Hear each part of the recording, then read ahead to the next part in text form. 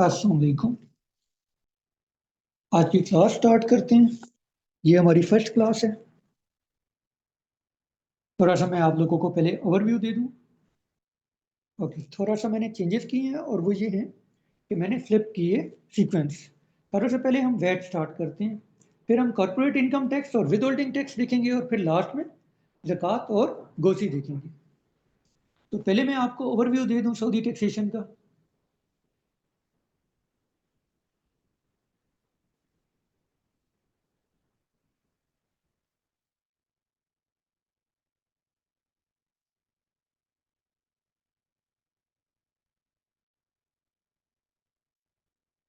Okay, यहाँ पे जो रेगुलेटर है वो जेड का है। जैसे पाकिस्तान में FBR है तो यहाँ पे जेड का है।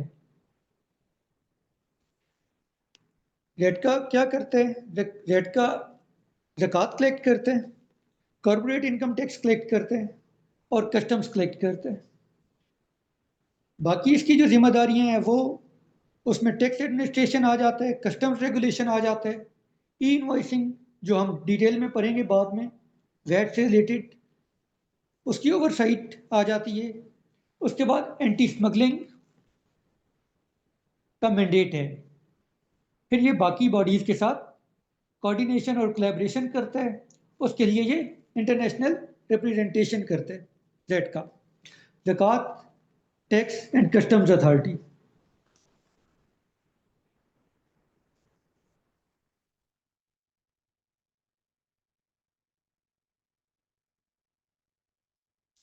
अब हम ओवरव्यू लेते हैं सऊदी टैक्सेशन का। इधर कोर कंपोनेंट्स क्या हैं सऊदी टैक्सेशन के? नंबर 1 ज़कात है। यहाँ पर ये लागू होता है सऊदी और GCC जो सिटीजन हैं जो यहाँ पर बिजनेस कर रहे हैं उनके एसेट्स पे। ज़कात 2.5% है अगर जॉर्जियन कैलेंडर के मुताबिक कैलकुलेट की जाए। इसके बाद आ जाता है कॉर्पोरेट इनकम टैक्स। जो फॉरेन ओन्ड बिजनेसेस हैं यहाँ पे, यानी जो GCC सिटीजन्स के अलावा सिटीजन्स ओन करते हैं बिजनेसेस, उन्होंने पे करना होता है कॉर्पोरेट इनकम टैक्स अपने शेयर पे। अगर वो 100% ओनर हैं तो 100% पे 20%, वो 100% प्रॉफिट पे वो 20% कॉर्पोरेट इनकम टैक्स पे करेंगे।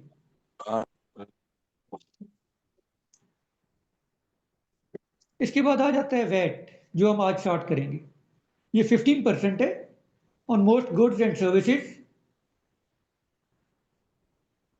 उसके बाद विद होल्डिंग टैक्स जो कॉर्पोरेट इनकम टैक्स ही का हिस्सा है, ये 5 to 20% depending on the services है और ये नॉन रेजिडेंट्स को पे करना होता है। इसके बाद एक्साइज टैक्स है। एक्साइज टैक्स उन चीज़ों पे होता है जो सेहत के लिए बुरी समझी जाती हैं, लाइक कार्बोनेटेड ड्रिंक्स हो गए या टोबैको हो गया। ये 50 to 100% इनका रेट है डिफरेंट प्रोडक्ट्स पे। इसके बाद कस्टम ड्यूटीज है जो इंपोर्ट पे लागू किया जाता है। जब कोई गुड्स इंपोर्ट की जाती हैं तो उन पे कस्टम ड्यूटी पे की जाती है। इसके बाद रियल एस्टेट ट्रांजैक्शन टैक्स है 5% ऑफ प्रॉपर्टी वैल्यू जो कि सेलर ने पे करना होता है।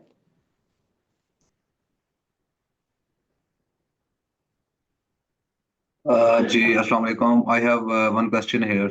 वालेकुम सलाम जी। फरहाद, ये बोलिए।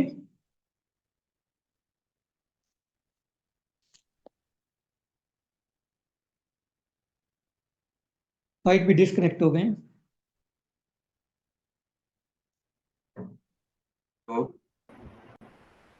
हेलो आपकी अस्सलाम आवाज़ वालेकुम नहीं आई सर। थी। जी जी जी, सर वालेकुम मेरा एक सलाम। क्वेश्चन है। जी जी वरीद।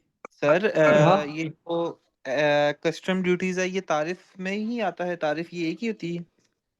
तारिफ जो टैक्स होते हैं।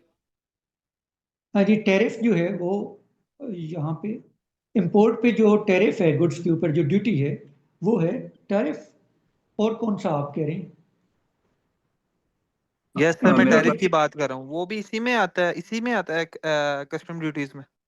हाँ जी, इंटीग्रेटेड टैरिफ पोर्टल की बात कर रहे हैं आप शायद। Yes sir. जी जी, इसी में आता है, कस्टम ड्यूटीज में कवर करते हैं। अच्छा, मेरा क्वेश्चन था, दो क्वेश्चन। एक एक्साइज टैक्स के रिलेटेड था और जी दूसरा स्टेट टैक्स। दूसरा जी, रियल जो आपका हमारा लास्ट ऑप्शन है, रियल रियल एस्टेट टैक्स, जी ट्रांजैक्शन जी टैक्स। जी जी रियल एस्टेट ट्रांजैक्शन टैक्स ये सिर्फ बिजनेस की प्रॉपर्टीज है, या जो न्यू लॉ आया है जिसमें पर्सनल प्रॉपर्टी भी ले सकते हैं, ये उसके लिए भी है? जी जो जो फॉरेनर्स को बेची जा रही हैं उन सब पे है, और ये सऊदीज ने पे करना है अच्छा, ये अगर सिर्फ सऊदीज सऊदी, बेच रहे हैं। ये ओनली इस सऊदी तरह से को होता है। बेचेगा? ये अगर कोई फॉरेनर को बेचा जा रहा है तो फिर लागू होता है। जी ठीक है, ठीक है, थैंक यू। ओके, आगे चलते हैं, हम आज वैट स्टार्ट करते हैं। जी आप अच्छा पूछिए। सर, इसमें ये है कि मेरा my name is Mohammad Ali. मैं जस्ट वांट टू नो कि which tax we have to pay from Pakistan to for Saudi transaction, कि हमें कौन सा जो है एज एक्सपोर्टर हमें वो पे करना पड़ता है, या हमें कंसीडर हम करेंगे? एक्सपोर्टर गुड्स के हैं या सर्विसेज के, इस पे डिपेंड करता है। अगर आप सर सर्विसेज एक्सपोर्ट एग्रीकल्चर कर रहे हैं। कमोडिटीज जितनी भी है, एग्रीकल्चर कमोडिटीज परस्पेक्टिव। हाँ नहीं, यहाँ पे विद होल्डिंग टैक्स नहीं है। अगर आप वैट के केस में आ सकते हैं, वो भी उस केस में अगर ये इंपोर्ट नहीं है, यहाँ पे आपकी गुड्स पहुंच चुकी हैं, उसके बाद आप बेच रहे हैं तो नहीं, फिर अगर यहाँ से वैट के लिए आपको पाकिस्तान से नहीं। सऊदीया भेजते हैं उसमें, उस केस में? जी जी जी नहीं, आप पे नहीं होगा। अगर आपका जो क्लाइंट है या कस्टमर है वो वैट के लिए रजिस्टर्ड है, फिर आप पे नहीं होगा। इसका मतलब उनसे पहले ये कंफर्मेशन लेनी चाहिए जब हम उनके साथ अपनी डिस्कशन रन कर रहे हो। हाँ जी। ठीक हो गया, आप किस थैंक तरह यू। से बेच रहे हैं, क्या किसी जैसे अमेजोन है या इस तरह की किसी ई मार्केट के जरिए से बेच रहे हैं? नहीं सर, हम तो ये अपना शिपमेंट के थ्रू जो है ना, एग्रीकल्चर कमोडिटीज लाइक अपना ये रोड ग्रास वगैरह, पोटैटो वगैरह, उसकी मैं बात कर रहा था। अच्छा, कस्टम ड्यूटी देनी होगी इंपोर्ट पे। ठीक है, बाकी आपका इंपोर्टर जो यहाँ पे होगा वो पे करेगा।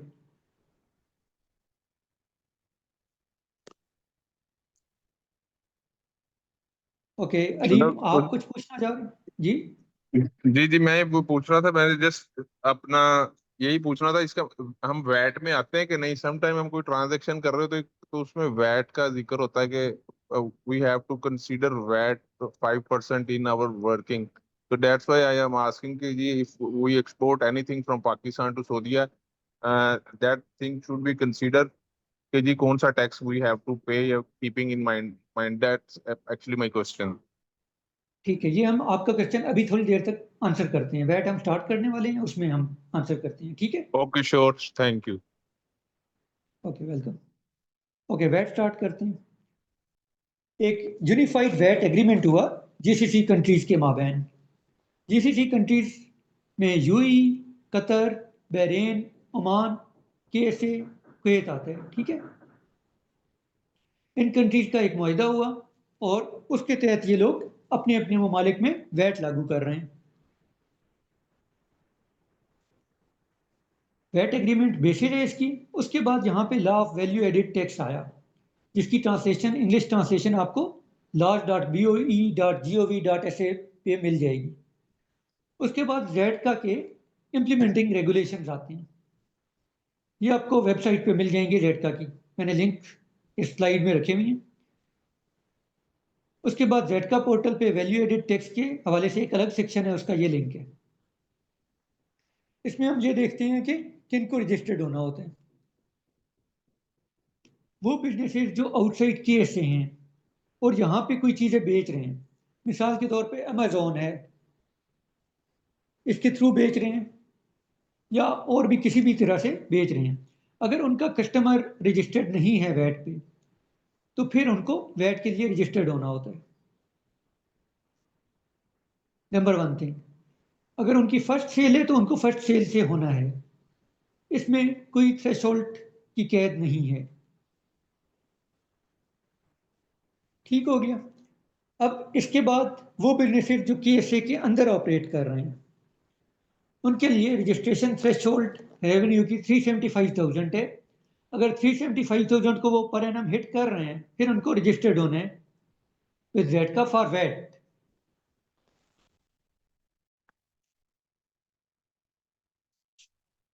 तो दो चीज़ें हो गई, एक वो लोग जो आउटसाइड के से बिजनेस कर रहे हैं और यहाँ पे कोई चीज़ें बेच रहे हैं, गुड्स या सर्विसेज, तो उनको वैट के लिए रजिस्टर्ड होना है। दूसरा वो जो यहाँ पे यहाँ पे के के अंदर बेस्ड हैं और कोई गुड्स या सर्विसेज बेच रहे हैं, उनके लिए वॉलेंटरी थ्रेशोल्ड 187,500 की है और मैंडेटरी थ्रेशोल्ड 375,000 की है।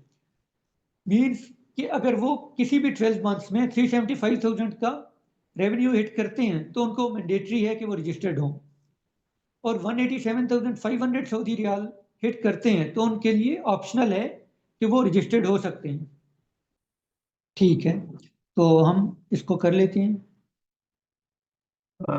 यहाँ पे मेरा मेरा एक क्वेश्चन है। मेरे ख्याल से जो सऊदीया में है, जितने भी वैट रजिस्टर्ड यूजर हैं, उन सब प्रोडक्ट पे वैट होता है, या कुछ ऐसी भी हैं कि जिन पे वैट नहीं होता?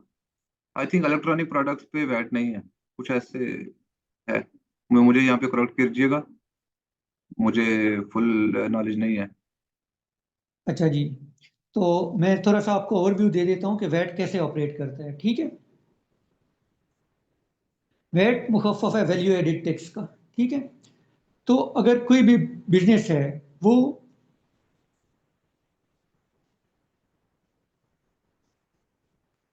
परचेजेस करता है 100 सऊदी रियाल की, तो ये जिससे परचेजेस करेगा वो 15 सऊदी रियाल इससे एडिशनल लेगा, और टोटल जो वो इससे कलेक्शन करेगा वो 115 की करेगा।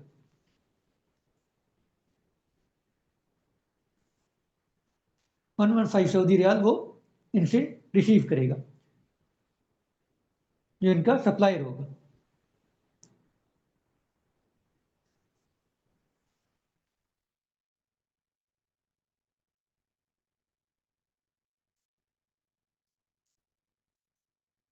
इसको हम बिजनेस बी कह लेते हैं। ठीक है, अब बिजनेस ए क्या करेगा कि ये प्रोडक्ट सप्लाई करेगा 200 की, और ये अपने क्लाइंट से 30 सऊदी रियाल कलेक्ट कर लेगा, क्योंकि 15% यहाँ पे वैट का रेट है, तो वो 30 बनते हैं। वो अपने क्लाइंट से 230 सऊदी रियाल कलेक्ट करेगा।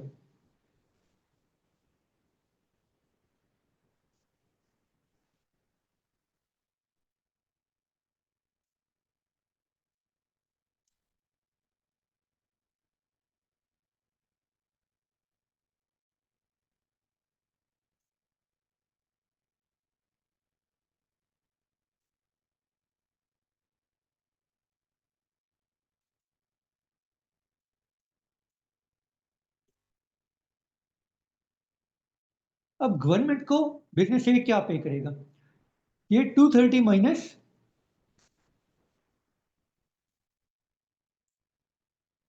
115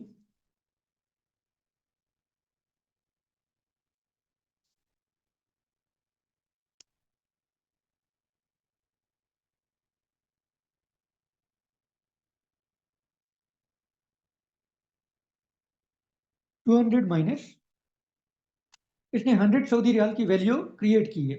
इस 100 सऊदी रियाल के ऊपर इसको 15% गवर्नमेंट को पे करना है।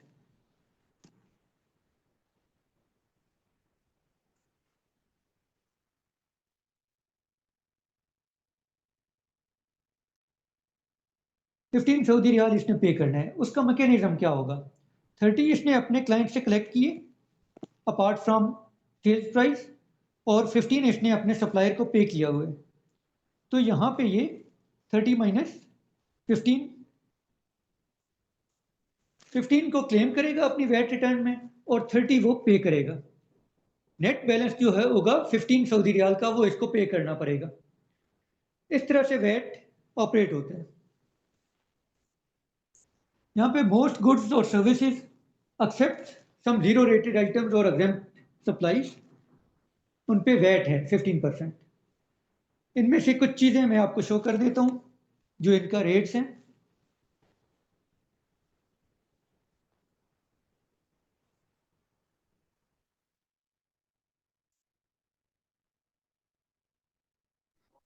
सर मेरा एक क्वेश्चन है। जी, सर ये जो वैट कलेक्ट करेगा सप्लायर से, ये उसके बिहाफ पे जमा कराएगा ना? सप्लायर इससे कलेक्ट करेगा, ठीक है, और वो इसके बिहाफ पे जमा करा देगा सप्लायर, ठीक है। ये कलेक्ट करेगा अपने क्लाइंट से और क्लाइंट के जी, बिहाफ पे ये पे कर देगा। इस तरह से ये साइकिल चलता रहेगा टिल एंड कंज्यूमर। कंज्यूमर से लिया जाएगा और पे कर दिया जाएगा। तो जो बर्डन बियर करेगा I have one वो question here. कंज्यूमर करेगा। Okay Farhad, go ahead. VAT और पाकिस्तान का जो जीएसटी है उसमें काफी डिफरेंट है। पाकिस्तान में जीएसटी में जो पर कस्टमर वाइज उसको करते हैं जी कि इस कस्टमर से इतना कलेक्ट किया, इतना किया, जबकि आई थिंक सऊदीया में ऐसा नहीं है।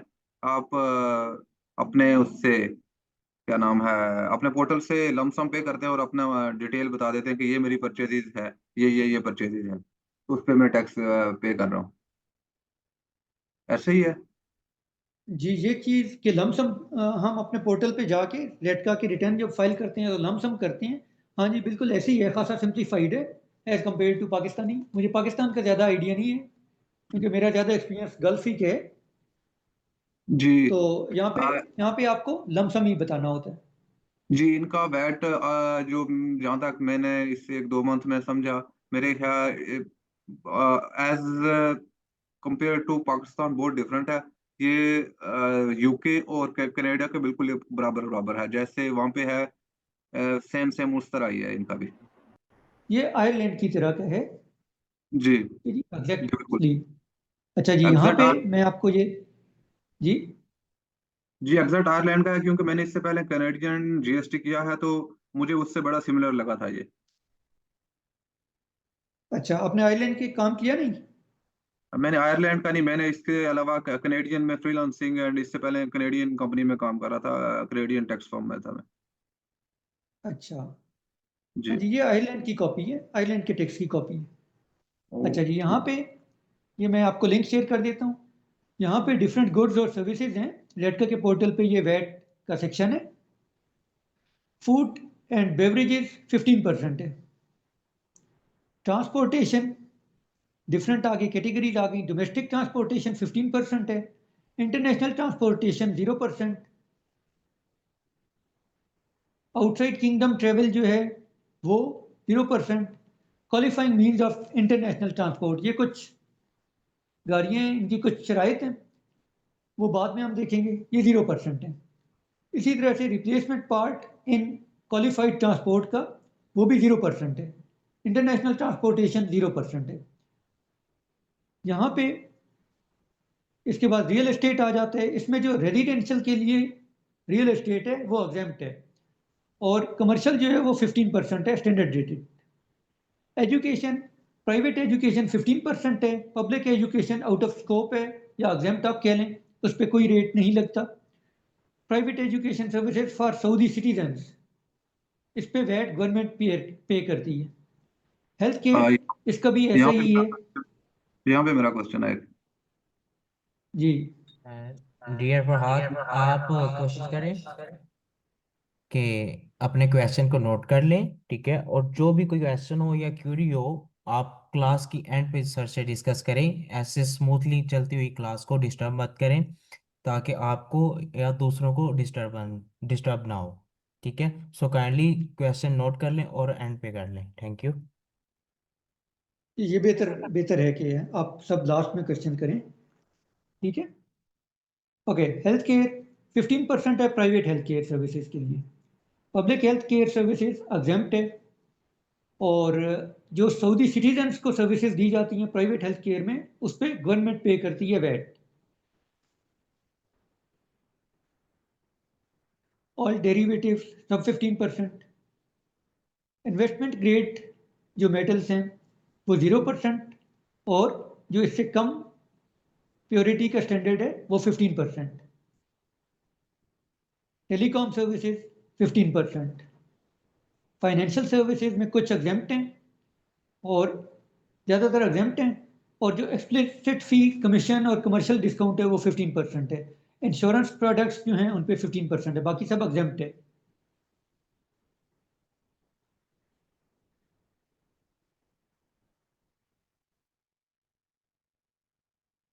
उसके बाद government activities, public services out of scope है, और बाकी हम एक्सपोर्ट्स वगैरह ये चीज़ें बाद में देखेंगे। उनके लिए कुछ स्पेसिफिक रूल्स हैं जो हम बाद में देखेंगे इन डिटेल।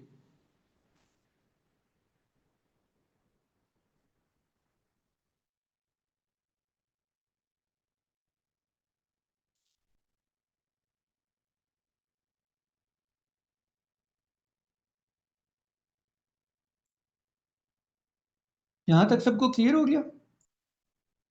अब हम रजिस्ट्रेशन थ्रेशोल्ड को इन डेप्थ देखते हैं। मैंने आपको बताया कि थ्रेशोल्ड के लिए एनुअल रेवेन्यू जो मैंडेटरी है वो 375,000 है। इसको मेजर कैसे करना है?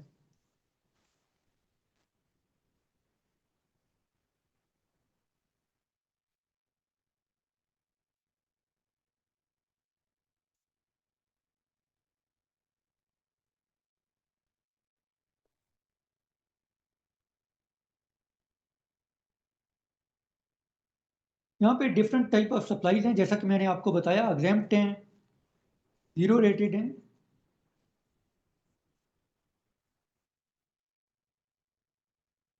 और स्टैंडर्ड रेटेड हैं। अगर रेवेन्यू एग्जेम्प्टेड है, सारे का सारा 375,000 आप जो सप्लाई कर रहे हैं वो एग्जेम्प्ट गुड्स हैं, फिर ये आपके लिए होल्ड नहीं करता, आपको रजिस्ट्रेशन नहीं करानी। ये जस्ट उनके लिए है जो जीरो रेटेड या स्टैंडर्ड रेटेड सप्लाईज हैं, उनका सम आपने करना है।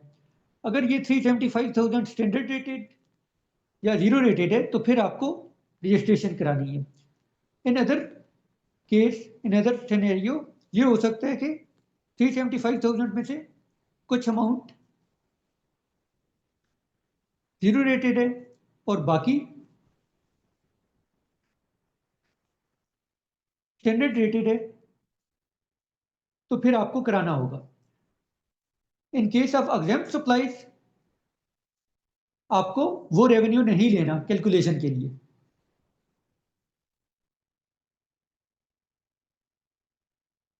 जस्ट जो स्टैंडर्ड रेटेड सप्लाई है और जीरो रेटेड सप्लाई है वो रेवेन्यू आपने लेना है।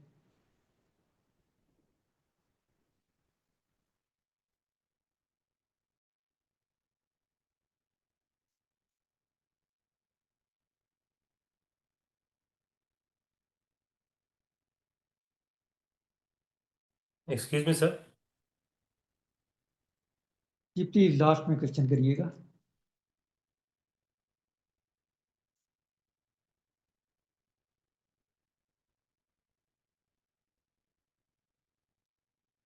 कोई से 12 मंथ्स में आपका रेवेन्यू इस थ्रेशोल्ड को हिट करना चाहिए in order to get registered.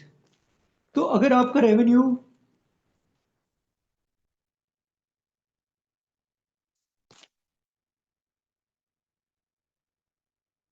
$31250 है एक मंथ में, ऑब्वियसली कुछ मंथ में ज़्यादा होगा, कुछ में कम होगा, साइक्लिकल। आपने इस चीज़ का ध्यान रखना है कि कुछ बिजनेस की साइक्लिकल नेचर होती है, तो कुछ मंथ्स में ज़्यादा रेवेन्यू होते हैं और कुछ में कम होते हैं। तो आपने प्रिडिक्ट करना है नेक्स्ट 12 मंथ्स का। सपोज आप सितंबर में आ गए या अक्टूबर में आ गए, अब आप देख रहे हैं कि नेक्स्ट 30 डेज में हमारा रेवेन्यू हिट हो रहा है मैंडेटरी थ्रेशोल्ड को, तो आपने अप्लाई कर देना है रजिस्ट्रेशन के लिए। रजिस्ट्रेशन के लिए जो डेडलाइन है वो 30 डेज है उस मंथ से जब आपका रेवेन्यू हिट कर रहा है थ्रेशोल्ड को।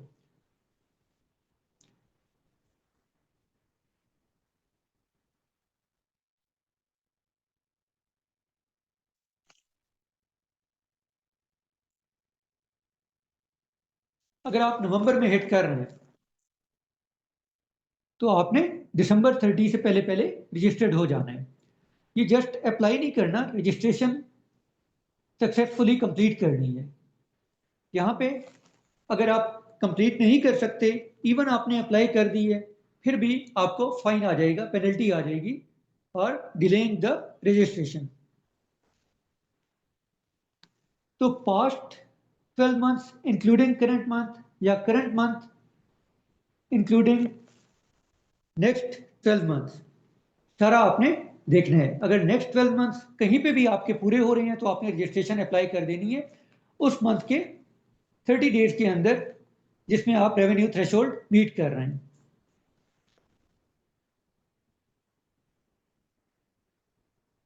यहां तक हमारा रजिस्ट्रेशन कवर हो गया। अब आ जाते हैं वो केसेस जहां पे थ्रेशोल्ड होल्ड नहीं करती।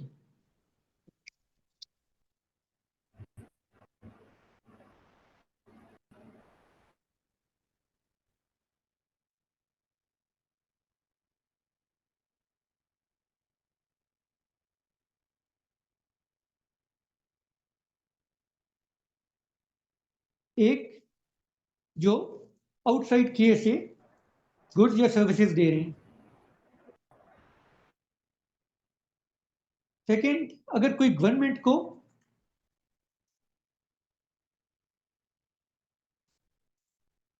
सप्लाई की जाती हैं गुड्स या सर्विसेज, तो उस केस में भी आपको थ्रेशोल्ड नहीं देखनी, फर्स्ट सप्लाई से आपको रजिस्टर्ड होना है इन दोनों केसेस में।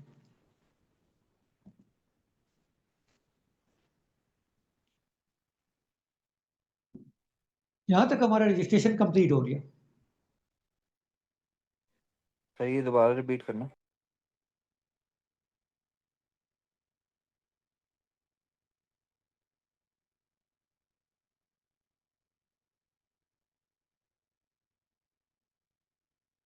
देखिए, जो बिजनेसेस केएसए के अंदर हैं उनके लिए ये थ्रेशोल्ड है 187,500 फॉर वॉलंटरी रजिस्ट्रेशन और मैंडेटरी रजिस्ट्रेशन के लिए 375,000।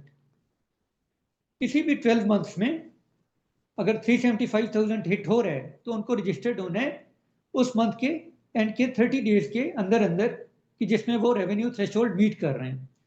तो ये नवंबर में मीट कर रहे हैं तो 30 दिसंबर से पहले पहले इनको रजिस्टर्ड हो जाना है।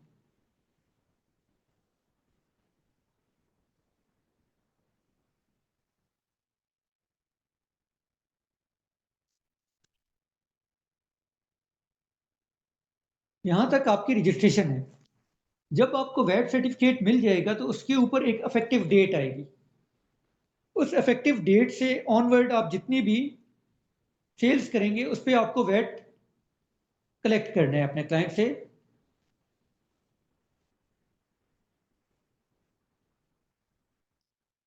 और वहां से ऑनवर्ड आपको आउटपुट माइनस इनपुट उतना वैट पे करना होगा रेडका को। दो सिनेरियोज ऐसे हैं जहां पे आपको थ्रेशोल्ड देखने की जरूरत नहीं है, आपको फर्स्ट सप्लाई से रजिस्टर्ड होना है फॉर वैट। नंबर वन, अगर आप आउटसाइड केयर से सप्लायर हैं तो आपने ये नहीं देखना कि आप थ्रेशोल्ड मीट करेंगे तो आप रजिस्टर्ड होंगे, आपको फर्स्ट सप्लाई से पहले रजिस्टर्ड हो जाना है। सेकंड, गवर्नमेंट सप्लाईज जो हैं, अगर कोई भी गवर्नमेंट का कंट्रैक्ट है उसके अगेंस्ट आप सप्लाई कर रहे हैं गवर्नमेंट को गुड्स या सर्विसेज, तो आपको वैट के लिए रजिस्टर्ड होना है, चाहे वो आपका फर्स्ट कंट्रैक्ट ही क्यों नहीं है, फर्स्ट सप्लाई ही क्यों नहीं है। यहां तक सबको क्लियर हो गया? सर गवर्नमेंट वाला जरा दोबारा रिपीट करते हैं, आवाज कट रही। ओके, गवर्नमेंट के केस में अगर कोई भी गुड्स या सर्विसेज गवर्नमेंट को सप्लाई की जा रही हैं तो वो आपने अपनी फर्स्ट सप्लाई से रजिस्टर्ड होना है। उसके केस में आपने रेवेन्यू थ्रेशोल्ड नहीं देखनी।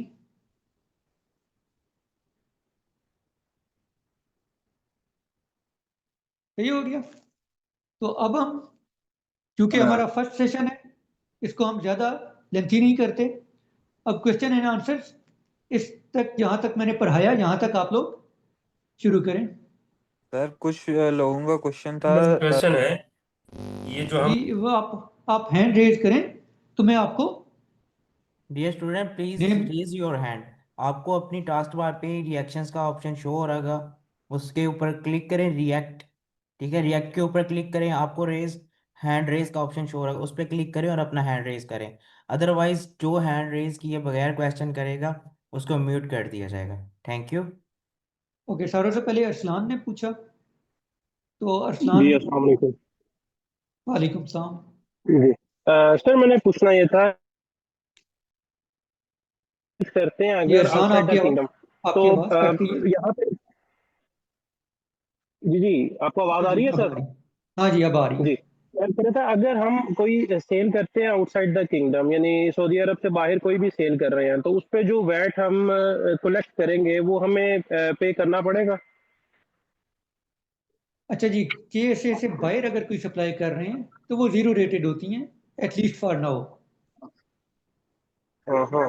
और परचेजेस जो हैं वो तो एज पर उस कंट्री की बनेंगी जहां से हम बाय कर रहे हैं, उस पे फिर इनपुट नहीं वैट का नहीं कोई नहीं, इफेक्ट नहीं आएगा? आपका जो क्वेश्चन है, जो मैं समझा, वो ये था कि आउटसाइड KSA अगर आप कुछ बेच रहे हैं तो वो तो आप एक्सपोर्ट का क्वेश्चन पूछ रहे हैं। आप एक्सपोर्ट का मैं पूछ दोनों रहे हैं या दोनों इम्पोर्ट का पूछ रहा पूछ रहे हैं?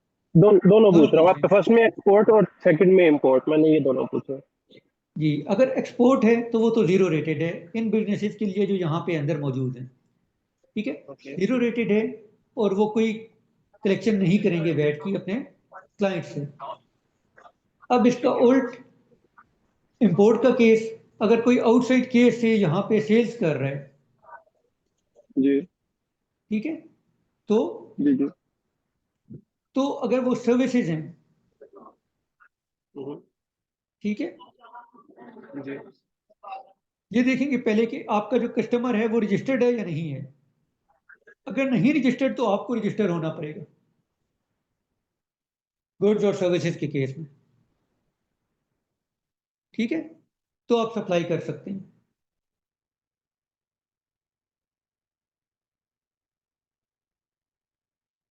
ठीक है अरसलान, क्लियर? जी सर, हम यूपी की एक कंपनी से सर्विसेज अभी ले रहे हैं अपनी कंपनी में, तो वो यहाँ पे तो रजिस्टर्ड नहीं है, तो उनका तो सब यूके पाउंड में सारा कुछ है, तो उस केस में हमें वैट का कोई इम्पैक्ट डालना पड़ेगा फ्यूचर में अपनी रिटर्न्स में या नहीं? अरसलान, यहाँ पे से मतलब आप KSA के अंदर मौजूद हैं? जी जी, हम केएसए में हैं, लेकिन ठीक है सर्विसेज आप, बाय कर रहे हैं एक आउटसाइड द केएसए, यूके की कंपनी से हम ट्रेनिंग सर्विसेज ले रहे हैं अपनी कंपनी में। जी जी ठीक है, तो आपको वैट पे करना होगा अगर आप रजिस्टर्ड हैं। आप वैट के लिए रजिस्टर्ड हैं ना? जी जी, हमारी कंपनी रजिस्टर्ड है, ऐसे ही है। जी, आपको हम नेक्स्ट लेक्चर में एक चीज़ बताएंगे जो कि रिवर्स चार्ज मैकेनिज्म है, उसके तहत आपको पे करना होगा। हम्म, चलो ठीक है सर। नहीं, ठीक है, यहाँ पे हम सर्विसेज ले रहे हैं, बाय कर रहे हैं, सेल नहीं कर रहे। जी जी जी जी जी जी, रिवर्स ठीक है, चार्ज नेक्स्ट मैकेनिज्म लेक्चर में में। इंशाल्लाह कवर हो जाएगा, तो ठीक है सर, ठीक है सर, थैंक यू। जी, रिवर्स चार्ज मैकेनिज्म हम स्टडी करेंगे नेक्स्ट या उससे नेक्स्ट लेक्चर में। ओके, यहाँ पे कुछ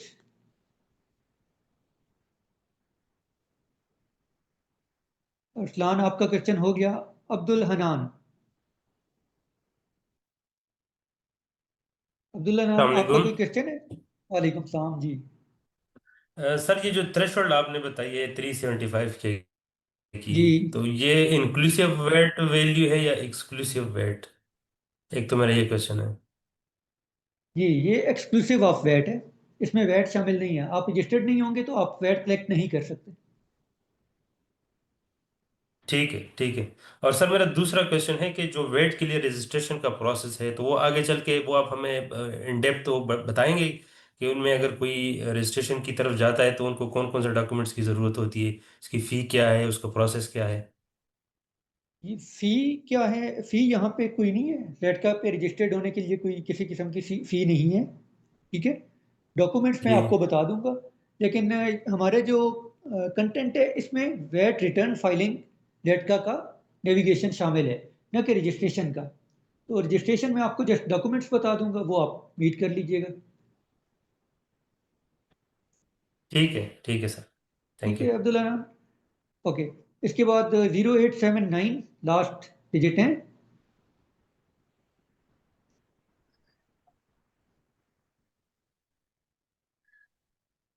जी, आपका कोई क्वेश्चन है? आपका नेम नहीं शो हो रहा, आपका नंबर शो हो रहा है। जी नियाज बात कर रहा हूँ सर। जी नियाज। सर एक्चुअली मैं थोड़ा लेट जो ना वो कनेक्ट हुआ हूँ आपके साथ, तो इसके व्हाट्सएप पे मुझे सर ये जो आपने आज का लेक्चर है ये शेयर कर सकते हैं फिर? हाँ जी, मैं ग्रुप में शेयर करूंगा। जी जी, ये आपको ग्रुप में लिंक मिल जाएगा इस वीडियो का। हाँ गुरु में, जी जी गुरु में ही, जी जी मतलब जी जी जो जी हमारा जी जी, ग्रुप है आपको मिल उसमें आप जाएगा। एड। जी, आपको मिल जाएगा। ठीक हो गया। ओके, मोहसिन उस्मान। जी सर, अस्सलाम वालेकुम। वालेकुम सलाम। सर एक्चुअली मैं भी ज़रा लेट ज्वाइन किया था, तो मेरा भी क्वेश्चन यही था कि अगर तो या तो आप रिपीट कर देते हैं या फिर अगर इसका हमें कोई शेयरिंग मिल जाए जी ताकि जी, हम शुरू से क्लास डायरेक्ट। रिपीट नहीं होगी। आपको लिंक मिल जाएगा वीडियो का, ठीक है। जब क्लास एंड जी होगी, क्लास खत्म होने के तकरीबन मैक्सिमम 1 to 2 आवर्स के बाद आपको रिकॉर्डेड लेक्चर का लिंक प्रोवाइड कर दिया जाएगा ग्रुप में। जी ठीक है, thank you thank you thank you. Okay, Naveed आपका कोई क्वेश्चन? यस सर, मैंने यही पूछना था कि जीरो और स्टैंडर्ड रेटेड का मुझे ना समझ नहीं आया था, वो ज़रा दोबारा बता दें। ठीक है।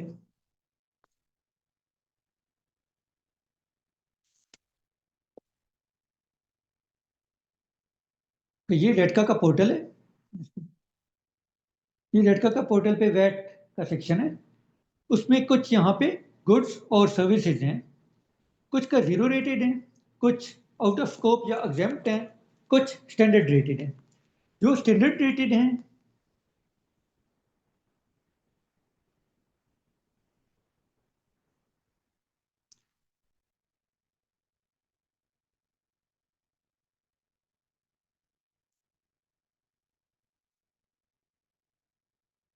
वो 15% उन पे रेट लगाया जाता है। जो एग्जेम्प्ट हैं उन पे कोई नहीं है वैट। जो जीरो रेटेड हैं, इसमें एक छोटा सा टेक्निकल डिफरेंस है, वो हम नेक्स्ट लेक्चर में कवर करेंगे। इस पे वैट लग रहा है लेकिन उसका रेट 0% है। ठीक है। सर तो अगर जीरो आपने, परसेंट है तो वैट कैसे लग रहा है? अगर 0% है तो वैट कैसे लग सकता है? जी जी, 0% वैट लग रहा है। नेक्स्ट लेक्चर में हम कवर करेंगे, क्योंकि मैंने आपको यहाँ पे बताया कि वैट कैसे काम करता है।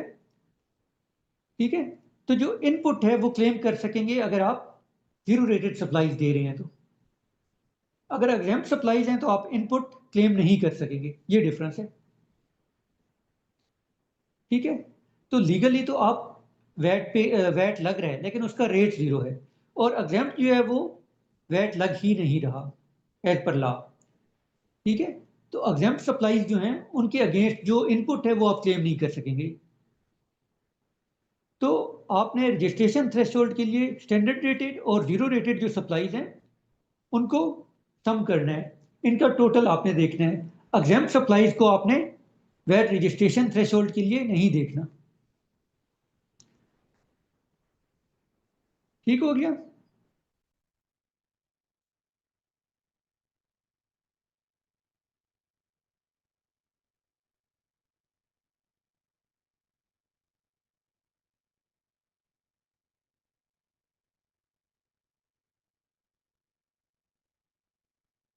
क्लियर हो गया।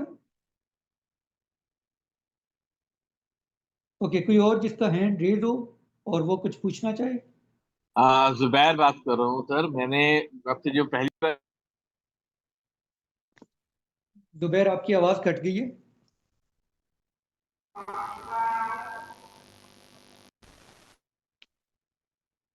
मिस्टर जुबैर अहमद, अपना माइक अनम्यूट कर लें काइंडली। हेलो।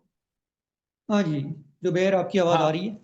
अच्छा जी। मुझे ये जो आपकी पहली वाली स्लाइड थी ना सर, जिसमें आपने कहा था कि 115 रुपीज जो है हम वैट क्लेम करेंगे, और टू हम जब हम कस्टमर को चार्ज करेंगे तो 200 + 30 करेंगे।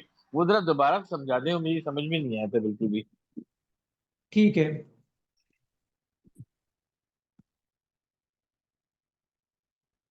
ओके, देखिए वैट इस तरह से चलता है कि एक बिजनेस अपने सप्लायर से, मैं यहाँ पे बिजनेस ए का केस कर रहा हूँ। ये अपने सप्लायर से कुछ परचेजेज करते हैं 100 सऊदी रियाल की।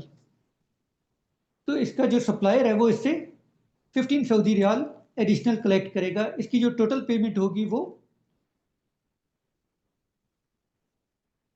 115 होगी अपने सप्लायर को। जब बिजनेस ए अपने क्लाइंट को सेल करेगा, अच्छा ये परचेज वैल्यू थी।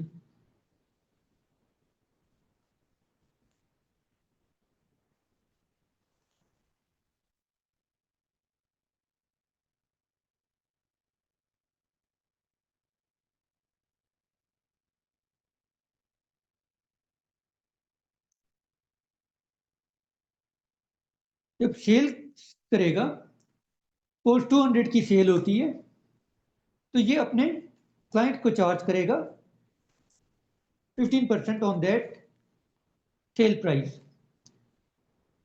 In addition to this 30%, 30 riyal,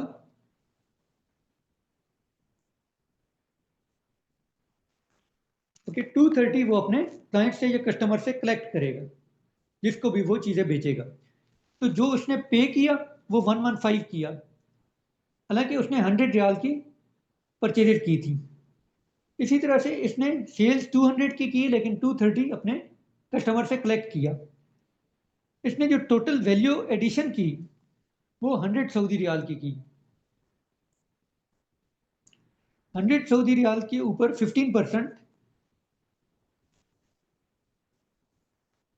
इसकी नेट लायबिलिटी बनती है गवर्नमेंट को.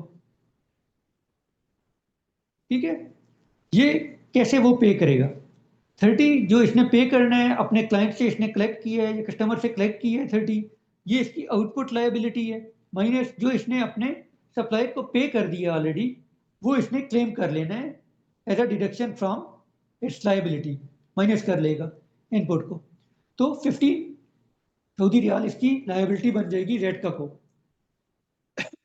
सॉरी, 15 सऊदी रियाल ये पे करेगा रेडका को. क्लियर हो गया? जी sir, thank you sir, clear हो गया. ओके, यहाँ पे नियाज का कोई क्वेश्चन?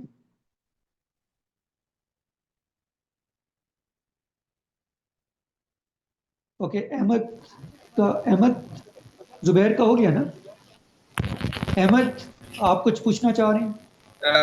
जी सर, मेरा क्वेश्चन ये था कि सेल्स और परचेजेस जो है ये सेम क्वार्टर में या पीरियड में रिपोर्ट करनी होती हैं या इसके बाद भी रिपोर्ट कर सकते हैं? लाइक कोई परचेज की है बट उसकी पेमेंट या उसकी इनवाइस हमें बाद में मिली है. जी, इस पर थोड़ा गाइड कर दीजिए. जी, इसके कुछ स्पेसिफिक रूल्स हैं टाइम ऑफ सप्लाई के. ठीक है, ये हम वैट में पढ़ेंगे 2-3 लेक्चर्स के बाद. 4th और 5th लेक्चर में हम स्टडी करेंगे.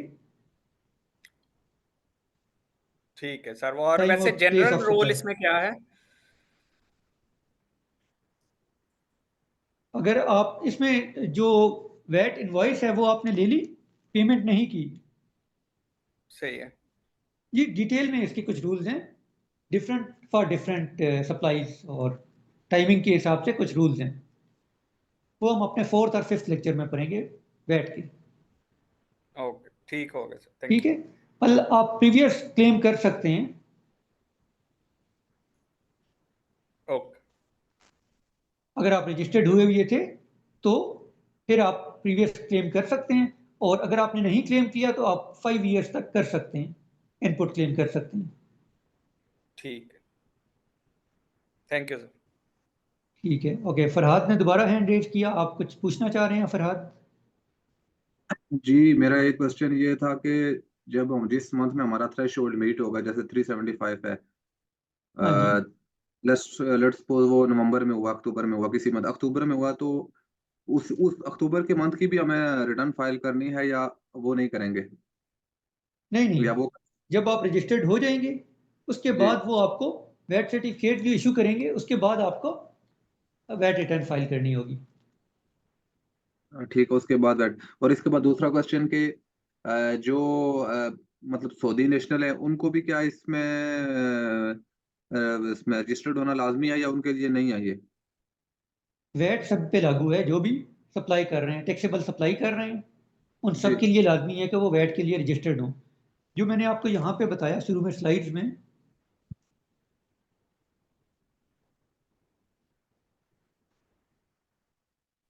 ओके, यहाँ पे मैंने बताया, वो मैंने ज़कात का बताया कि सऊदी और जीसीसी सिटीजन्स के लिए ज़कात है, और जो इसके जी, अलावा सिटीजन्स हैं उनके लिए कॉर्पोरेट इनकम टैक्स है. ये डिटेल में हम देखेंगे कि किस केस में ज़कात लग रही है कंपनी पे और किस केस में कॉर्पोरेट इनकम टैक्स लग रहा है. ठीक है, जी, जो वैल्यू ठीक एडिड है, है वो सप्लाई ऑफ गुड्स और सर्विसेज है जो कि टैक्सेबल है. अगर कोई भी टैक्सेबल गुड्स या सर्विसेज दे रहे हैं तो उसको वैट के लिए रजिस्टर्ड होना है. ठीक है. ठीक है, क्लियर अगर हो गया कोई फरहाद? हाँ जी, जी ठीक है, मैं अपने पॉइंट पे क्लियर। ठीक है। नियाज का हाथ रेज है, 0879। आई थिंक नियाज ही नाम था।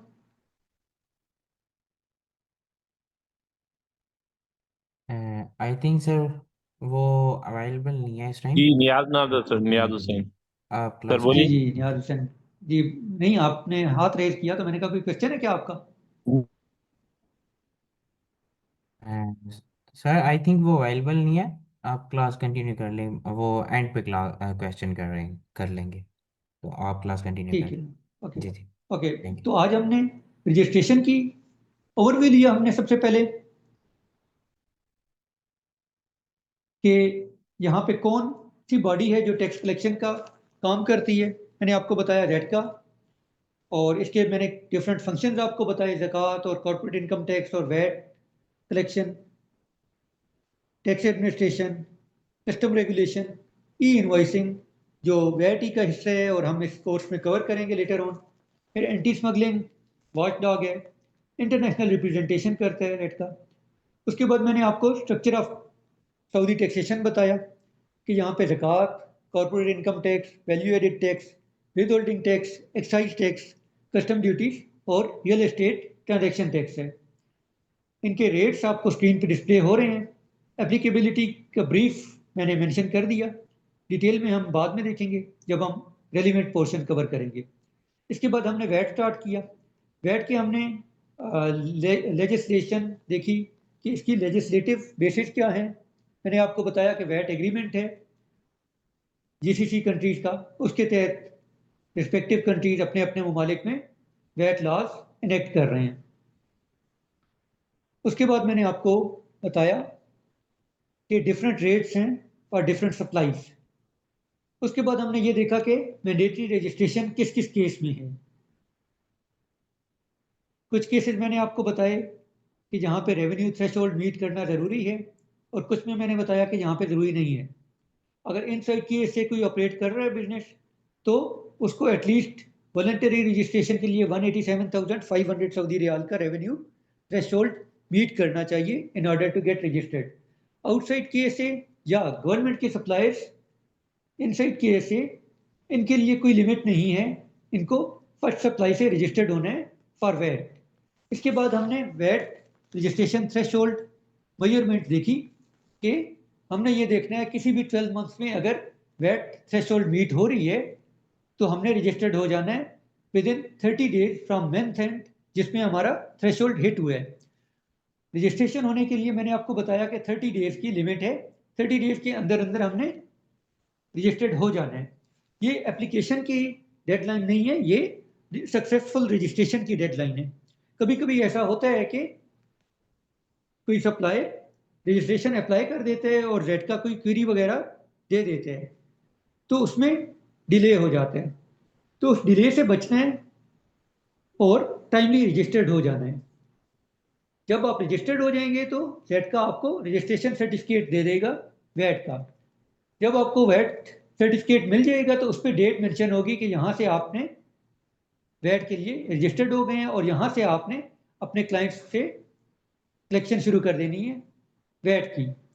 रिटर्न का पीरियड क्या है वो भी उस पर मेंशन होगा।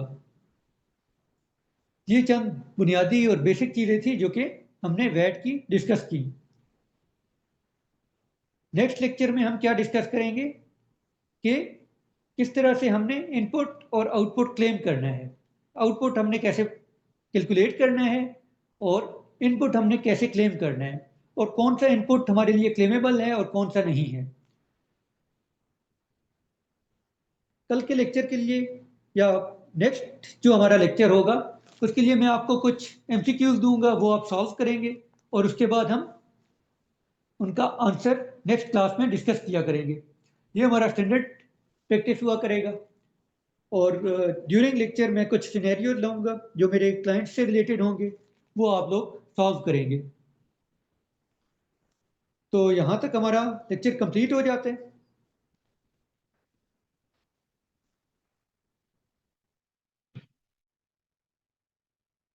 सब लोग आज के लेक्चर समझ चुके हैं? कोई क्वेरी वगैरह आज के लेक्चर से रिलेटेड है? Excuse me sir. जी हनान। सर आपने स्टार्ट में कहा था कि वो डॉक्यूमेंट्स की लिस्ट जो required documents for registration of VAT वो आप बताएंगे। हाँ जी, चलिए रजिस्ट्रेशन के लिए जो चीज़ें चाहिए होती हैं वो मैं मेंशन कर देता हूँ इसी लेक्चर में। अगर वो फॉरेनर्स हैं तो उनको पासपोर्ट भी देना होगा। अगर वो सऊदी सिटीजन हैं तो उनका यहाँ की जो रेजिडेंट जो उनकी अपनी आईडी है वो होगी। ठीक है, जो अथराइज्ड सर मेरा एक पर्सन हैं। क्वेश्चन है। मैं इसका आंसर कर लूँ पहले अब्दुल हनान के क्वेश्चन का, फिर इसके बाद। ठीक है, एक तो सर्टिफिकेट बिजनेस का चाहिए होगा जो कॉर्पोरेट रजिस्ट्रेशन है, अगर वो अवेलेबल है तो। दूसरा लाइसेंस चाहिए होगा। थर्ड, जो अथराइज्ड रिप्रेजेंटेटिव हैं, सिग्नेटरी हैं जो, उनका इकामा और उनका पासपोर्ट चाहिए होगा। जो ओनर्स हैं उनका इकामा और उनका पासपोर्ट चाहिए होगा। MOA चाहिए होगा बिजनेस का। बाकी ईमेल्स चाहिए होंगी, कंटेक्ट नंबर चाहिए होगा अथराइज्ड सिग्नेटरी का। ये वो चीज़ें हैं जो रजिस्ट्रेशन के लिए चाहिए होंगी। इसके अलावा एक डिक्लेरेशन होगा कि ये हमारी सप्लाईज हैं। इनवॉइस का एक टेम्पलेट जो है वो चाहिए होगा। ठीक है, फॉरकास्टेड है या आपका रेवेन्यू मीट हो गया वो चाहिए होगा। मंथ वाइज इसकी डिटेल चाहिए होंगी, और जब से बिजनेस ऑपरेट कर रहे हैं तब से आपको ये देना होगा। ये वो चीज़ें हैं जो आपको रजिस्ट्रेशन के लिए चाहिए होंगी। ठीक है सर, थैंक यू इसके सो बाद मच। जेट का कुछ मजीद भी चीज़ें मांग सकते हैं। अस्सलाम सर। वालेकुम सलाम जी नियाज। आपकी आवाज़ नहीं आ रही नियाज। डियर स्टूडेंट प्लीज अपना हैंड रेज किया करें क्वेश्चन या क्वेरी करने के लिए। ऐसे जब आप किसी सर उसामा, को पूछते हैं तो क्लास डिस्टर्ब होती है, और जो बंदा जिसने क्वेश्चन कर रहा होता है सर से, उसको वो समझ नहीं लग पाती ठीक तरह से। सर जब एड्रेस कर रहे होते हैं उसके दौरान आप डिस्टर्ब ना किया करें, ये रिक्वेस्ट है आपसे। तो काइंडली जो भी क्वेश्चन करना है बारी बारी सबको बुलाया जाएगा, सबके क्वेश्चन को आंसर किया जाएगा। काइंडली हैंड रेज करें। Thank you so much. कि उसामा का हैंड रेज था। ये उसामा। अस्सलाम वालेकुम वरहमतुल्लाहि वबरकातुहू। वालेकुम सलाम रहमतुल्लाह। सर मैं ये क्वेश्चन करना चाहता हूँ आपसे कि आपने कहा कि वेट कंपल्सरी रजिस्ट्रेशन के लिए 375,000 रियाल का थ्रेशोल्ड है। जी तो सर अगर हम 375 लेट से अक्टूबर में हिट करते हैं जी, तो हमें previous start of the year से सारा वैट पे करना होगा, या हम अक्टूबर के आगे से जो है वो वैट पे करना शुरू करेंगे? नहीं, आप वैट रजिस्ट्रेशन अप्लाई कर देंगे। ठीक है, 30 डेज के अंदर। आपने बताया अक्टूबर में अगर हिट कर लिया तो नवंबर 30 से पहले पहले आपने रजिस्टर्ड हो जाना है और वैट रजिस्ट्रेशन सर्टिफिकेट ले लेना है जेटका से। ठीक है, उसके ऊपर विद इफेक्ट जो भी डेट वो देंगे उससे ऑनवर्ड आप वैट कलेक्ट करेंगे। ठीक है, और क्लेम करेंगे previous input. Sir previous VAT जो हमने पे किया होगा वो फिर नहीं हम वो 6 मंथ्स का है, और उसके लिए कुछ वो जो प्रीवियस आप दे चुके हैं उसका आप क्लेम नहीं कर सकते एक्सेप्ट इन स्पेसिफिक सर्कमस्टेंसेस। ठीक है, गुड्स और सर्विसेज के हवाले से कुछ रूल्स हैं कि प्रीवियस 6 मंथ्स में अगर आपने कोई परचेजेज की हैं उस पर इनपुट पे किए और वो कंज्यूम नहीं की हुई आपने सारी, तो फिर आप कर सकते हैं। उसके कुछ दीगर भी कुछ कंडीशंस हैं, लेकिन अगर आप रजिस्टर्ड हुए हैं तो प्रीवियस आप क्लेम नहीं कर सकते। नॉर्मल रूल ये है। Okay sir, thank you. ठीक है उसामा। ओके ओके, नियाज का क्वेश्चन है। नियाज आप कर लें, आप हैंड रेज किया हुआ है। जी नियाज पूछिए। अस्सलाम वालेकुम सर। वालेकुम सलाम। आवाज़ आ रही है सर? अच्छा सर, ये जी पूछना आ था रही है। मैंने। हाँ, मैंने ये पूछना था कि जैसे हमने कोई चीज़ परचेज की है और हमने उसके ऊपर वैट दे दिया है 15% ना इनपुट के ऊपर, और हम रजिस्टर्ड ठीक है। नहीं हैं, और हम अभी हाँ रजिस्टर्ड जी। नहीं है, तो हम चार्ज भी नहीं कर सकते, तो वो हमारा वेट कहाँ जाएगा, ज़ाया हो जाएगा। हाँ जी, ज़ाया हो जाएगी। सही है। और जैसे आपने भी बताया कि जो जीरो रेटेड हैं सप्लाईज, हम वेट जी में रजिस्टर्ड भी हैं और सप्लाईज भी हम कर रहे हैं, लेकिन हमारे जो क्लाइंट है वो जीरो रेटेड वाली सप्लाईज पे हम काम कर रहे हैं। इनपुट तो हम दे रहे ठीक हैं, है। हमें इनपुट हमारा जो है वो जीरो रेटेड नहीं है, स्टैंडर्ड पे है। जैसे मैन्युफैक्चर है, हम रॉ मटेरियल परचेज कर रहे हैं और परचेज करने के बाद उसका फॉर्म चेंज हो जा रहा है और वो जीरो रेटेड पे हमारा सप्लाई दे रहे हैं, तो हमारा वो जो वेट हमने पे किया हुआ है वो कहाँ जाएगा। वो आप क्लेम कर सकते हैं। अगर आप जीरो रेटेड सप्लाईज दे रहे हैं तो इनपुट सही आप है। क्लेम कर सकते हैं। वो फिर वो कौन देगा, वो तो जीरो रेट पे दे रहे हैं ना, तो हमें वो एंड यूजर तो नहीं देगा क्लाइंट, वो तो बोल रहा है कि हम तो नहीं जीरो नहीं रेट नहीं सप्लाई है। नहीं नहीं, इनपुट आप क्लेम करेंगे। ये हम कैलकुलेशंस करेंगे, नेक्स्ट हमारा यही लेक्चर होगा। ठीक है। सही इसी है। चीज़ पे होगा कि कब क्लेम करना है, कब क्लेम नहीं करना। ठीक है। और किस तरह से क्लेम करना है। और फिर फोर्थ और फिफ्थ जो क्लास होगी हमारी, उसमें हम डिस्कस करेंगे कुछ डेट्स और टाइम ऑफ सप्लाई के रूल्स। तो जीरो रेटेड अगर आप सप्लाई कर रहे हैं तो उससे रिलेटेड जो इनपुट है वो आप क्लेम कर सकते हैं अगर आप रजिस्टर्ड हैं। और कुछ जगह बताया था आपने कि गवर्नमेंट पे करेगी, मतलब ना वेट उनका, वो तो फिर वो, हाँ जी। हाँ वो किस तरह, उसका मैकेनिज्म क्या होगा, जैसे आपने बताया था सर्विसेज दे रहे हैं और वो जो सऊदी नेशनल को जो है वो सर्विसेज गवर्नमेंट देगी, तो उनके हाँ जी। बिल हम किसको चार्ज प्राइवेट करेंगे। प्राइवेट हेल्थ केयर है। सपोज आप जी एक जी बिल्कुल। हॉस्पिटल रन कर रहे हैं या आप एक स्कूल रन कर रहे हैं जिसमें सऊदी स्टूडेंट्स हैं या सऊदी बिल्कुल। हेल्थ केयर क्लाइंट्स हैं, पेशेंट्स हैं। तो उसमें जो आउटपुट टैक्स है वो आप क्लाइंट से लेने के बजाय आप गवर्नमेंट से लेंगे। वो डायरेक्टली झटका को पे कर देगा।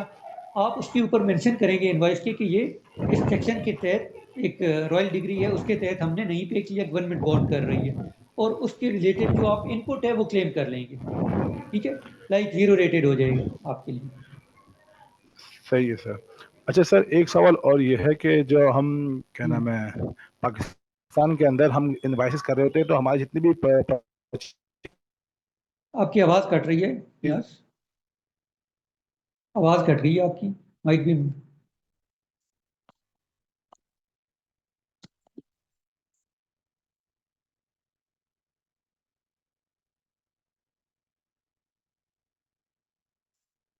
नियाज, आपकी आवाज नहीं आ रही। वो क्लाइंट ओरिएंटेड होती हैं और सेल भी स्पेसिफिक क्लाइंट ओरिएंटेड होती हैं, सॉरी कि हमें रिकॉर्ड नियाज। में होता है कि फला चीज हमने फला से खरीदी और फला चीज फला को नियाज बेची, थोड़ा सा रिपीट। तो यहाँ पे भी वही नियाज, सिस्टम जो नियाज थोड़ा सा कह रहे रिपीट कि कर ऑडिट दें क्योंकि आपकी आवाज मुझे जो नहीं आई रिकॉर्ड हो रही बिल्कुल। हैं वो एस हमारा, सॉरी, आपकी आपकी आवाज बीच में कट गई थी। मैं ये कह रहा हूँ कि हम, हाँ अब सवाल मेरा ये जी है जी बोलिए। कि हम परचेज कर रहे हैं आइटम्स हाँ क्लाइंट जी। से, ठीक है। अपने कुछ वेंडर हैं हमारे, वो ठीक है। मटेरियल परचेज कर रहे हैं, जैसे पाकिस्तान में होता है उनके एनटीएन के अगेंस्ट होती है चीजें ना, तो वो हाँ हम जी। उनके क्लेम करते हैं, उनके इनपुट पे क्लेम करते हैं।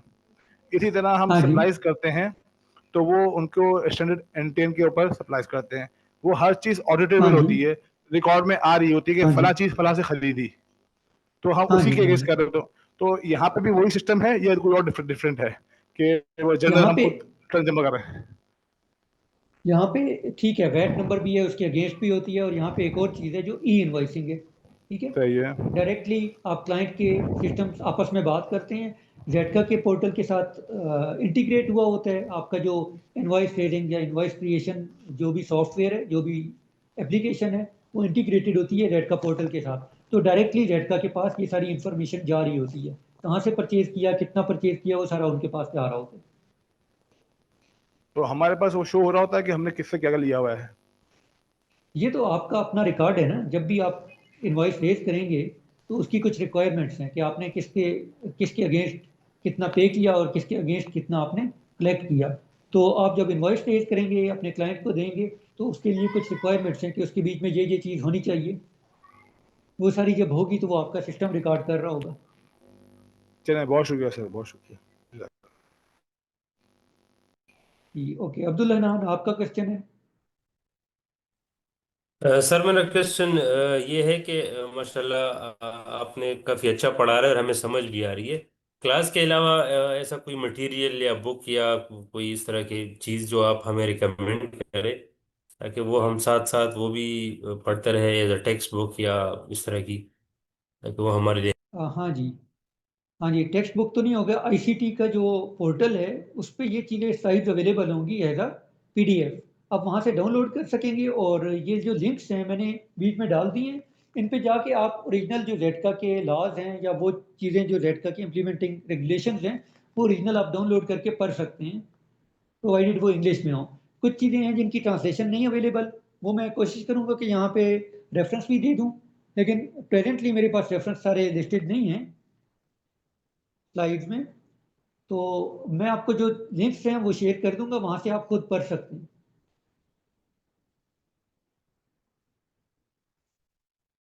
ठीक हो गया अब्दुल हनान?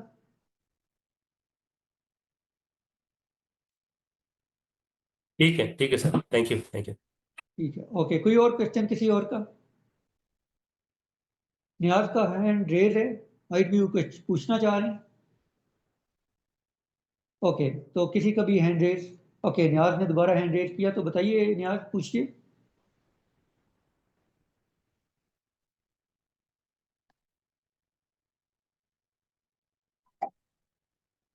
सर नियाज अर्ज कर रहा हूँ। हेलो जी जी नियाज पूछिए, आपने हैंड रेज किया। सर आपकी आवाज कट रही है नियाज। नियाज आप लिख के भी भेज सकते हैं। जी नियाज, आपकी आवाज नहीं आई क्लियर।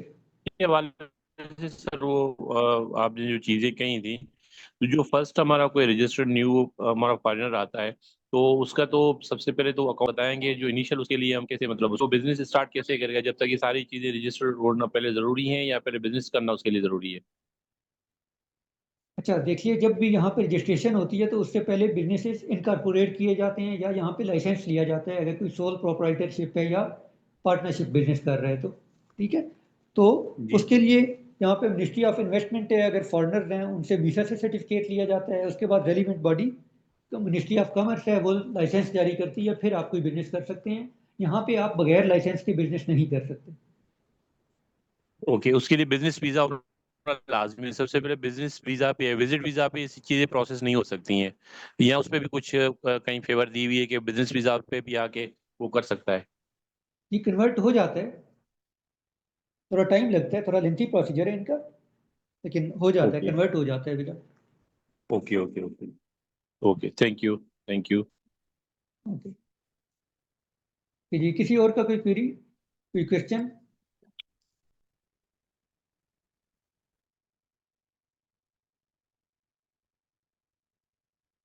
कोई हैंड रेज नहीं है तो मैं एज्यूम करता हूं कि सबकी क्वेरीज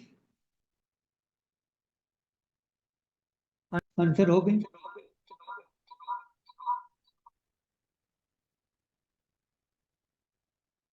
जी, किसी की कोई क्वेरी आज की लेक्चर में? डियर स्टूडेंट, अगर किसी का कोई क्वेश्चन या क्यूरी है तो वो सर से डिस्कस कर सकता है, तो काइंडली आप डिस्कस कर लें अगर कोई क्यूरी या कोई क्वेश्चन है। जी अस्सलाम वालेकुम। जी फैजान, वालेकुम सलाम। सर मैं मोहम्मद फैजान असलम बात कर रहा हूँ कराची जी से। फैजान। सर असल में हमारी जो कंपनी है वो नेटलाइन ग्रुप ऑफ कंपनीज है, ठीक है, और हम ऑलरेडी दुबई में बिजनेस कर रहे हैं एनर्जी ट्रेडिंग एलएलसी को के नाम से ना, ठीक है। तो ठीक है। हाँ, तो वहाँ की जो सारी चीज़ें हैं जैसे आर्टिकल ऑफ मेमोरेंडम है, ठीक है, ईद कार्ड है और रजिस्ट्रेशन वगैरह, ये सारी चीज़ें, लाइसेंस वगैरह, ये सारी चीज़ें मैं वहाँ पर जो है मतलब यहाँ से बैठ के देख रहा होता हूँ ना। हमारा जो हाँ जी। पीआरओ, हमारे जो वहाँ पर पीआरओ हैं इब्राहिम साहब, वो ताहिरा हमदानी के नाम से वहाँ पर हमारे कंसल्टेंट हैं, ठीक है सर। अच्छा मुझे ठीक ये है। बताइए कि सऊदी में मतलब ये तमाम प्रोसेस वही प्रोसेस मतलब आता है जो यूएई में होता है, क्योंकि यहाँ मैं देख हाँ रहा जी। हूँ, यहाँ मैं वो हाँ जी। देख रहा हूँ कि जैसे वैट है हमारी हर ट्रांजैक्शन पर, जैसे लोकल ट्रांजैक्शंस होती हैं हमारी दुबई टू दुबई, तो वो वहाँ पर 1.5% जो है ना वो वैट डिडक्ट करता है, ठीक है। ठीक है। तो इसी तरीके से ये सारा प्रोसेस हमारा सऊदी में भी मतलब होता है, अप्लाई होता है। तो ज़रा मुझे काइंडली इसका थोड़ा सा बताइए कि सऊदी में और यूएई में क्या फ़र्क है? ओके फैजान, आपका आंसर, जो जितने भी जीसीसी कंट्रीज हैं उनके यहाँ जो वैट है वो यूनिफाइड वैट एग्रीमेंट के नतीजे में लागू किया जा रहा है। तो इधर सारी चीज़ें मिलती जुलती हैं, एक्सेप्ट ये कि केएसए जो है वो बहुत एडवांस है टेक्नोलॉजिकली। यहाँ पे ई इनवॉइसिंग बहुत अरसे का चल रहा है और उसका जो सेकंड फेज़ है जो कि इंटीग्रेशन फेज़ है वो भी ऑलमोस्ट मुकम्मल हो चुका है, जबकि यूएई जो है वो ई इनवॉइसिंग अभी शुरू कर रहा है। बाकी यहाँ पे केएसए में जो ज़कात है उसके हवाले से और कॉर्पोरेट इनकम टैक्स के हवाले से कुछ डिफरेंसेस हैं। जहाँ तक ताल्लुक वैट के, तो वैट ऑलमोस्ट सेम है, एक्सेप्ट कुछ चीज़ें हैं लाइक वहाँ पे फ्री जोन्स हैं, यहाँ पे फ्री जोन्स पे कोई उस तरह की छूट नहीं है, वहाँ पे डेजिग्नेटेड जोन्स की छूट है, यहाँ पे कोई छूट नहीं है। अक्रॉस द कंट्री वैट लागू होता है। दूसरा ई इनवॉइसिंग की रिक्वायरमेंट है। थर्ड, थोड़ा सा रिवर्स चार्ज मैकेनिज्म में डिफरेंस है। लेबर कैंप के हवाले से कुछ थोड़ा सा डिफरेंस है, एक जगह पे जो है वो एग्जेम्प्ट है और एक जगह पे टैक्सेबल है, अच्छा सर, कमर्शियल समझा जाता है। ये एक चीज सीधा डिफरेंस है। जी जी एक चीज और मैं इसमें ऐड करना चाहूँगा, पूछना चाहूँगा। आपकी आवाज़ कट रही है फैजान। हाँ जी, आवाज़ कट रही है आपकी। अच्छा जी फैजान,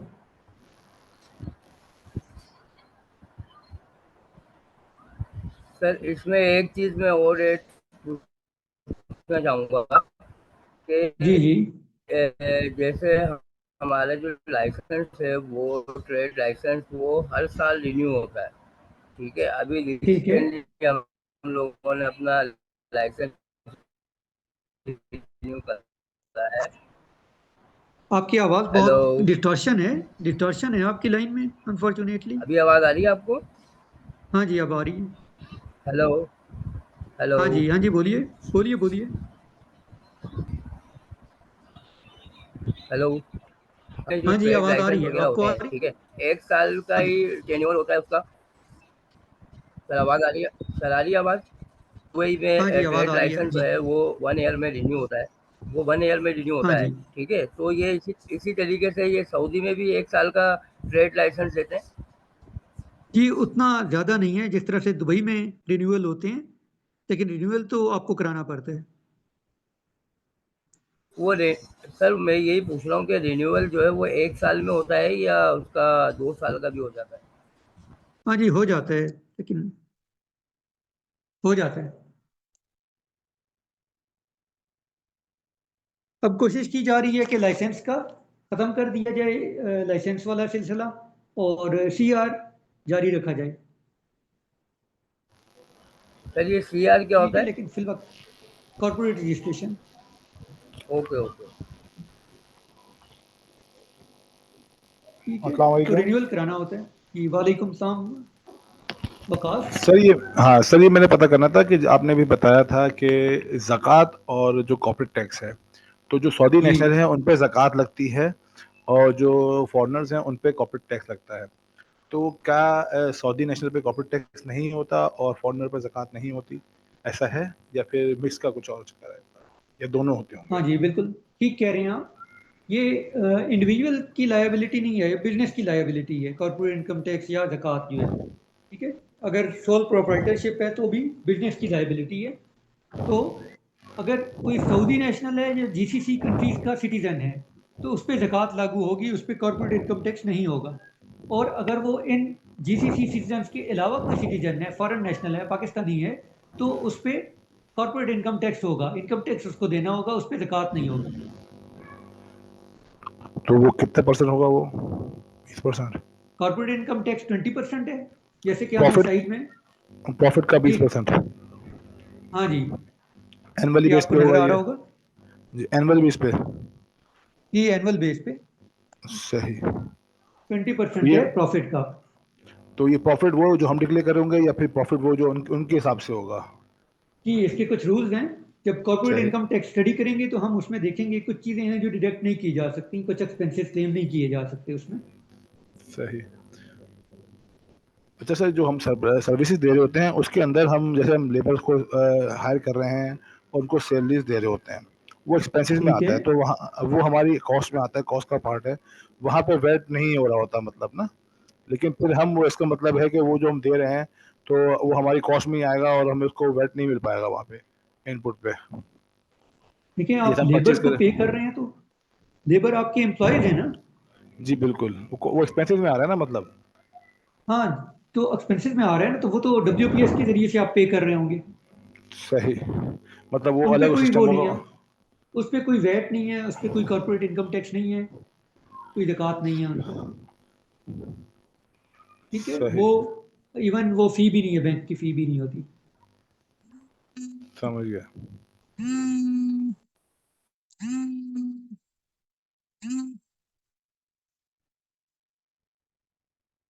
जी सर, याद अर्ज कर रहा हूँ सर। हेलो। जी जी, ये पूछिए। हाँ हाँ सर, मैं बस थोड़ा बेसिक चीज़ें पे थोड़ा सा अटका हुआ हूँ सर। मैं अगर कोई न्यू हमारा कोई बिजनेस में सोल प्रोप्राइटर वहाँ पे अप्लाई करता है बिजनेस वीज़ा के लिए, तो वो बेसिक वहाँ पे जो रिक्वायरमेंट सर क्या होगी? वहाँ पे उनको घर भी आराइश भी चाहिए वहाँ पे, और वहाँ बिजनेस भी शो करना होगा, तो जो जो बेसिक रिक्वायरमेंट चीज़ें हैं तो उसके लिए क्या नीड होगी सर? अगर यहाँ पे कोई फॉरेनर कोई बैठ के न्यू बिजनेस वहाँ पे खोलना चाहता है सोल प्रोप्राइटर या पार्टनरशिप पे। ये उनको एक दफ़ा विजिट करना होगा, बाकी तो और कुछ भी ऐसी रिक्वायरमेंट नहीं है। विजिट के सर लिए विजिट उनको आना होगा, कुछ डॉक्यूमेंट साइन करने होते हैं, और इसके अलावा उनका कोई ऐसा सच नहीं है कि कोई प्रॉब्लम होता है विजिट उनको। तो सर फिर वो वीजा वेलकम। उस पे विजिट वीजा पे आगे साइन कर सकता है ना। बिजनेस वीजा पे तो फिर डेफिनेटली वो बिजनेस वीजा तो उसको बाद में अलो करेगा सऊदीया के। आप अब आप आके बिजनेस करें, तो उससे पहले तो उसको फिर जब जाना होता है विजिट वीजा पे, तो फिर अकाउंट्स वगैरह भी वहाँ बैंक्स का इशू होता है। वो विजिट वीजा पे अकाउंट्स वगैरह ओपन नहीं करते हैं, तो ये प्रॉब्लम साथ ही फेस करनी पड़ती है। उसके लिए क्या करना चाहिए सर? नहीं, बिजनेस वीज़ा उनको मिल जाएगा, वो आ सकते हैं, ट्रैवल होता है। बिजनेस पर्पज़ के लिए कोई विजिट करना चाहता है वो भी वो आ सकते हैं। उसके लिए सेपरेट कैटेगरीज हैं वीज़ास की। और ओके। अगर कोई यहाँ पे लाइक कोई कॉन्फ्रेंस हो रही है तो उसमें लोग आते रहते हैं, कोई ऐसा मसला नहीं है। बाकी रह गया कि जो बैंक अकाउंट खुलवाना है वो आपको रजिस्टर्ड होना होगा। उसके बाद इंडिविजुअल जो है उनके लिए होता है कि उनको यहाँ पे वर्क वीज़ा चाहिए होता है। जो कॉरपोरेट कंपनी है उसका अगर आप खोलना चाह रहे हैं कॉरपोरेट, तो रजिस्ट्रेशन के साथ ही आप लोग खोल लेते हैं। डिपेंड करता है कि मैन्युफैक्चरिंग है तो आपको उस अकाउंट में पैसे भी डालने होते हैं। सर्विसेज है तो वो ज़रा आसान होते हैं, उसके लिए आपको कैपिटल उसमें बैंक अकाउंट में नहीं डालना होता। तो बैंक अकाउंट खुल जाता है, आप CR रजिस्टर कराते हैं, उसके बाद बैंक अकाउंट खुल जाता है यहाँ पे। उस पर फिर इंडिविजुअल का वीज़ा भी ट्रांसफ़र हो जाता है। सर काइंडली रिपीट करिएगा, डिस्टॉर्शन हो रही है आवाज में। हेलो। हाँ जी, मैं कह रहा हूँ कि आसानी से मिल जाता है वीज़ा। इंटर होने के ओके। लिए, बिजनेस ट्रैवल के लिए यहाँ पे लोग आके साइन कर लेते हैं। जहाँ तक रह गया कॉर्पोरेट बैंक का, तो वो CR रजिस्टर होगी, उसके बाद ओपन हो जाते हैं। ठीक है, इंडिविजुअल का जो बैंक अकाउंट है उसमें होता है नहीं कि करते, आपको ये वर्क वीज़ा प्रॉब्लम्स आ रही चाहिए। है, फेस कर रहे हैं। नहीं, क्या आपने CR रजिस्टर करा जी लिया जी यहाँ जी पे? जी और जी, लाइसेंस बिल्कुल करानी है सर, बिल्कुल करानी है। किस इंडस्ट्री जी के? लाइसेंस डेफिनेटली मैं बिजनेस स्टार्ट कर। सॉरी। किस इंडस्ट्री के? कंस्ट्रक्शन इंडस्ट्री से रिलेटेड सर। हाँ जी, हो जाना चाहिए, बैंक अकाउंट खुल जाना चाहिए। अगर कोई एक बैंक अकाउंट है, जो कोई एक बैंक अगर मसला कर रहा है तो बाकी बैंक अकाउंट ओपन हो सकते हैं। इस तरह का कोई मसला नहीं होना चाहिए अगर आपने CR ओके। ली है तो। सीआर सर, सीआर अभी अप्लाई नहीं किए ना, सीआर अप्लाई करेंगे, अभी सीआर अप्लाई नहीं हाँ किए हैं, नहीं, अभी CR नहीं करने जा अप्लाई रहे की ना। CR हैं। जी होगी तो फिर जी। उसके बाद तो आपको ओपन हो जाएगा, उससे पहले तो ऑब्वियसली बिजनेस नहीं कर सकते। लाइसेंस लिया आपने? वो भी बाद में लेंगे नो नो, लाइसेंस। अभी बाद में लेंगे सर, अभी लिया नहीं है हाँ अभी, जी, तो बस हाँ जी। सिर्फ आपकी मैं आवाज़ एक कट रही है। अपने कंसल्टेंट के साथ टॉक कर रहा हूँ, तो वो। जी जी, आ रही है सर अभी। हेलो। हाँ जी, आ रही आ रही है, बोलिए। हेलो। हाँ जी, आवाज़ आ रही है, आपको आ रही है? जी जी सर। तो जी जी, आ रही है, बिल्कुल आ रही है, बिल्कुल आ रही है। तो मैं ये अर्ज़ कर रहा था कि सर मैं उसके लिए बिज़नेस के लिए अप्लाई कर रहा हूँ, तो ये प्रॉब्लम्स फेस कर रहा हूँ। कंसल्टेंट मेरा जो है वो मुझे कह रहा है कि आपको वेट करना पड़ेगा, पहले आपका बिज़नेस वीज़ा लग जाएगा, अप्लाई हो जाएगा, उसके बाद फिर हम आपको जो रजिस्टर करेंगे, बाकी आपकी CR के लिए अप्लाई करेंगे और बाकी चीज़ें बाद में करेंगे। तो ऐसा ही है सर, थोड़ा-सा हेल्प करिए इसमें। देखिए, आपको जो विजिट होते हैं ना, बिजनेस ट्रैवल या बिजनेस विजिट होता है एक, उसके लिए एक सेपरेट वीज़ा होता है, वो आपको मिल जाता है। जी जी ठीक है, डॉक्यूमेंट साइन करने आ रहे हैं या ओके कोई कॉन्फ्रेंस जी अटेंड करने आ रहे हैं वो हो जाता है, या कोई मीटिंग करने आ रही है तो वो हो जाता है। उसके बाद ये जो कह रहे हैं ना कि सीआर वगैरह से पहले आपको वैट के लिए रजिस्टर होना होगा, तो उसको रजिस्टर होने के लिए सीआर चाहिए होती है। ओके राइट ठीक है, राइट राइट अगर सही आप आउटसाइड के ऐसे जी हैं जी और कोई सर्विसेज या गुड्स दे रहे हैं, फिर आप रजिस्टर्ड हो जाते हैं। तो रेजिडेंट बिजनेसेस के लिए या यहाँ पे जो इनकॉर्पोरेटेड बिजनेसेस हैं उनके लिए सीआर जी या लाइसेंस चाहिए होता है रजिस्ट्रेशन कराने के लिए। तो मेरे नॉलेज में तो ये ऑर्डर उल्ट होना चाहिए, पहले आपको सीआर होनी चाहिए और उसके बाद आपको वैट रजिस्टर्ड होना चाहिए।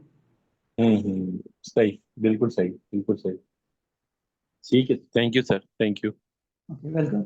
ओके फहद, आपने हैंड रेज किया, फहद आप पूछिए। सर मेरा क्वेश्चन है इनपुट टैक्स से रिलेटेड। ठीक है। सर जो एज पर वेट रूल जो है हम सिर्फ उन मटेरियल और सर्विसेज पे जो है ना वो वेट क्लेम कर सकते हैं जो बिजनेस ऑपरेशन से डायरेक्टली रिलेटेड हो। तो हाँ जी। इसमें मैं जो है ना इधर हेल्थ केयर इंडस्ट्री में मैं काम करता हूँ। तो इधर हमने एक एग्रीमेंट किया हुआ है एक कंपनी के साथ जो हमें फूड सप्लाई करते हैं। इसमें दो पोर्शन होते हैं, एक तो जो है ना वो पेशेंट्स को हम वो सप्लाई करते हैं और दूसरा ये ठीक जो है। है वो कंपनी के स्टाफ के लिए। तो अब हमारा जो टैक्स कंसल्टेंट है जो हमारी फाइलिंग करता है वो कहता है कि ये जो पेशेंट के लिए जो हमें इनवाइस आती है हाँ उसके जी। उसका जो टैक्स है वो तो हम क्लेम कर सकते हैं, लेकिन जो एम्प्लॉयज के लिए हमें फूड सप्लाई करता है उसको हम नहीं क्लेम कर सकते। तो नहीं, इसका वो जरा बिल्कुल बता दें कि हम एम्प्लॉयज का कर सकते हैं क्लेम कि नहीं। नहीं, जो एम्प्लॉयज हैं वो इनपुट इंटरटेनमेंट एक्सपेंस में आता है। ठीक है, उस पे आप वैट क्लेम हम्म। नहीं कर सकते। तो आपके जो कंसल्टेंट हैं वो बिल्कुल ठीक कह रहे हैं। अच्छा जी, जी। ठीक है। और इसी तरह अगर सेम अगर हमारी कोई एकोमोडेशन है उसमें एम्प्लॉयज रहते हैं उसका जो हमें इलेक्ट्रिसिटी बिल आता है तो उसमें भी जो हमें हाँ जी, वेट आता है उसको भी हम क्लेम नहीं कर सकते। उस पे भी वैट आप क्लेम नहीं कर सकते। डिपेंड करता है कि वर्कर्स हैं वो कौन से वर्कर्स हैं, आपके पेरोल पे हैं सारे के सारे। जी जी जी जी। हाँ, ये हो सकता है कि आप ये क्लेम कर लें। अच्छा जी। अगर वो इलेक्ट्रिसिटी जो यूज़ करते हैं वो रेजिडेंशियल पर्पज के लिए यूज़ करते हैं तो वो नहीं कर सकेंगे, कंजम्पशन में आ जाएगी। कुछ एक्टिविटीज़ हैं जो वेट का क्लासीफाई करता है कि वो हैं क्लास एग्जम्पशन, सॉरी कंजम्पशन के लिए, जैसे एजुकेशन हो गई। अगर आपके एम्प्लॉयज़ हैं और वो एजुकेशन बिल जो हैं वो ले रहे हैं अंडर अ कॉन्ट्रैक्ट अपने स्टूडेंट्स, अपने चिल्ड्रंस का, तो वो आप इनपुट उस फी पे क्लेम नहीं कर सकते जो आप स्कूल को देते हैं। इसी तरह से जो यूटिलिटी होती है इस पर भी आप क्लेम नहीं कर सकते। अगर वो ऑफिस का नहीं है या आपकी रेजिडेंशियल बिल्डिंग का है तो फिर आप क्लेम नहीं कर सकते। तो ये आप क्लेम नहीं कर सकेंगे। हाँ जी, चलिए चलिए चलिए। ठीक है, ओके। ओके, किसी का कोई और क्वेश्चन?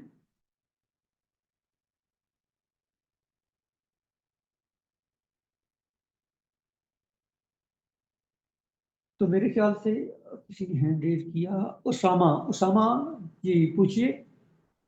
जी अस्सलाम वालेकुम सर। वालेकुम सलाम। सर मेरा ये क्वेश्चन, हमारी ये कंपनी है ये रिसाइकलिंग का बिजनेस करती है ना, मेटल रिसाइकलिंग का। इसमें ये इसका लोकली परचेज करते हैं रिसाइकलिंग का ना, मेटल, स्क्रैप का बेसिक। अच्छा रिसाइकलिंग, ठीक है।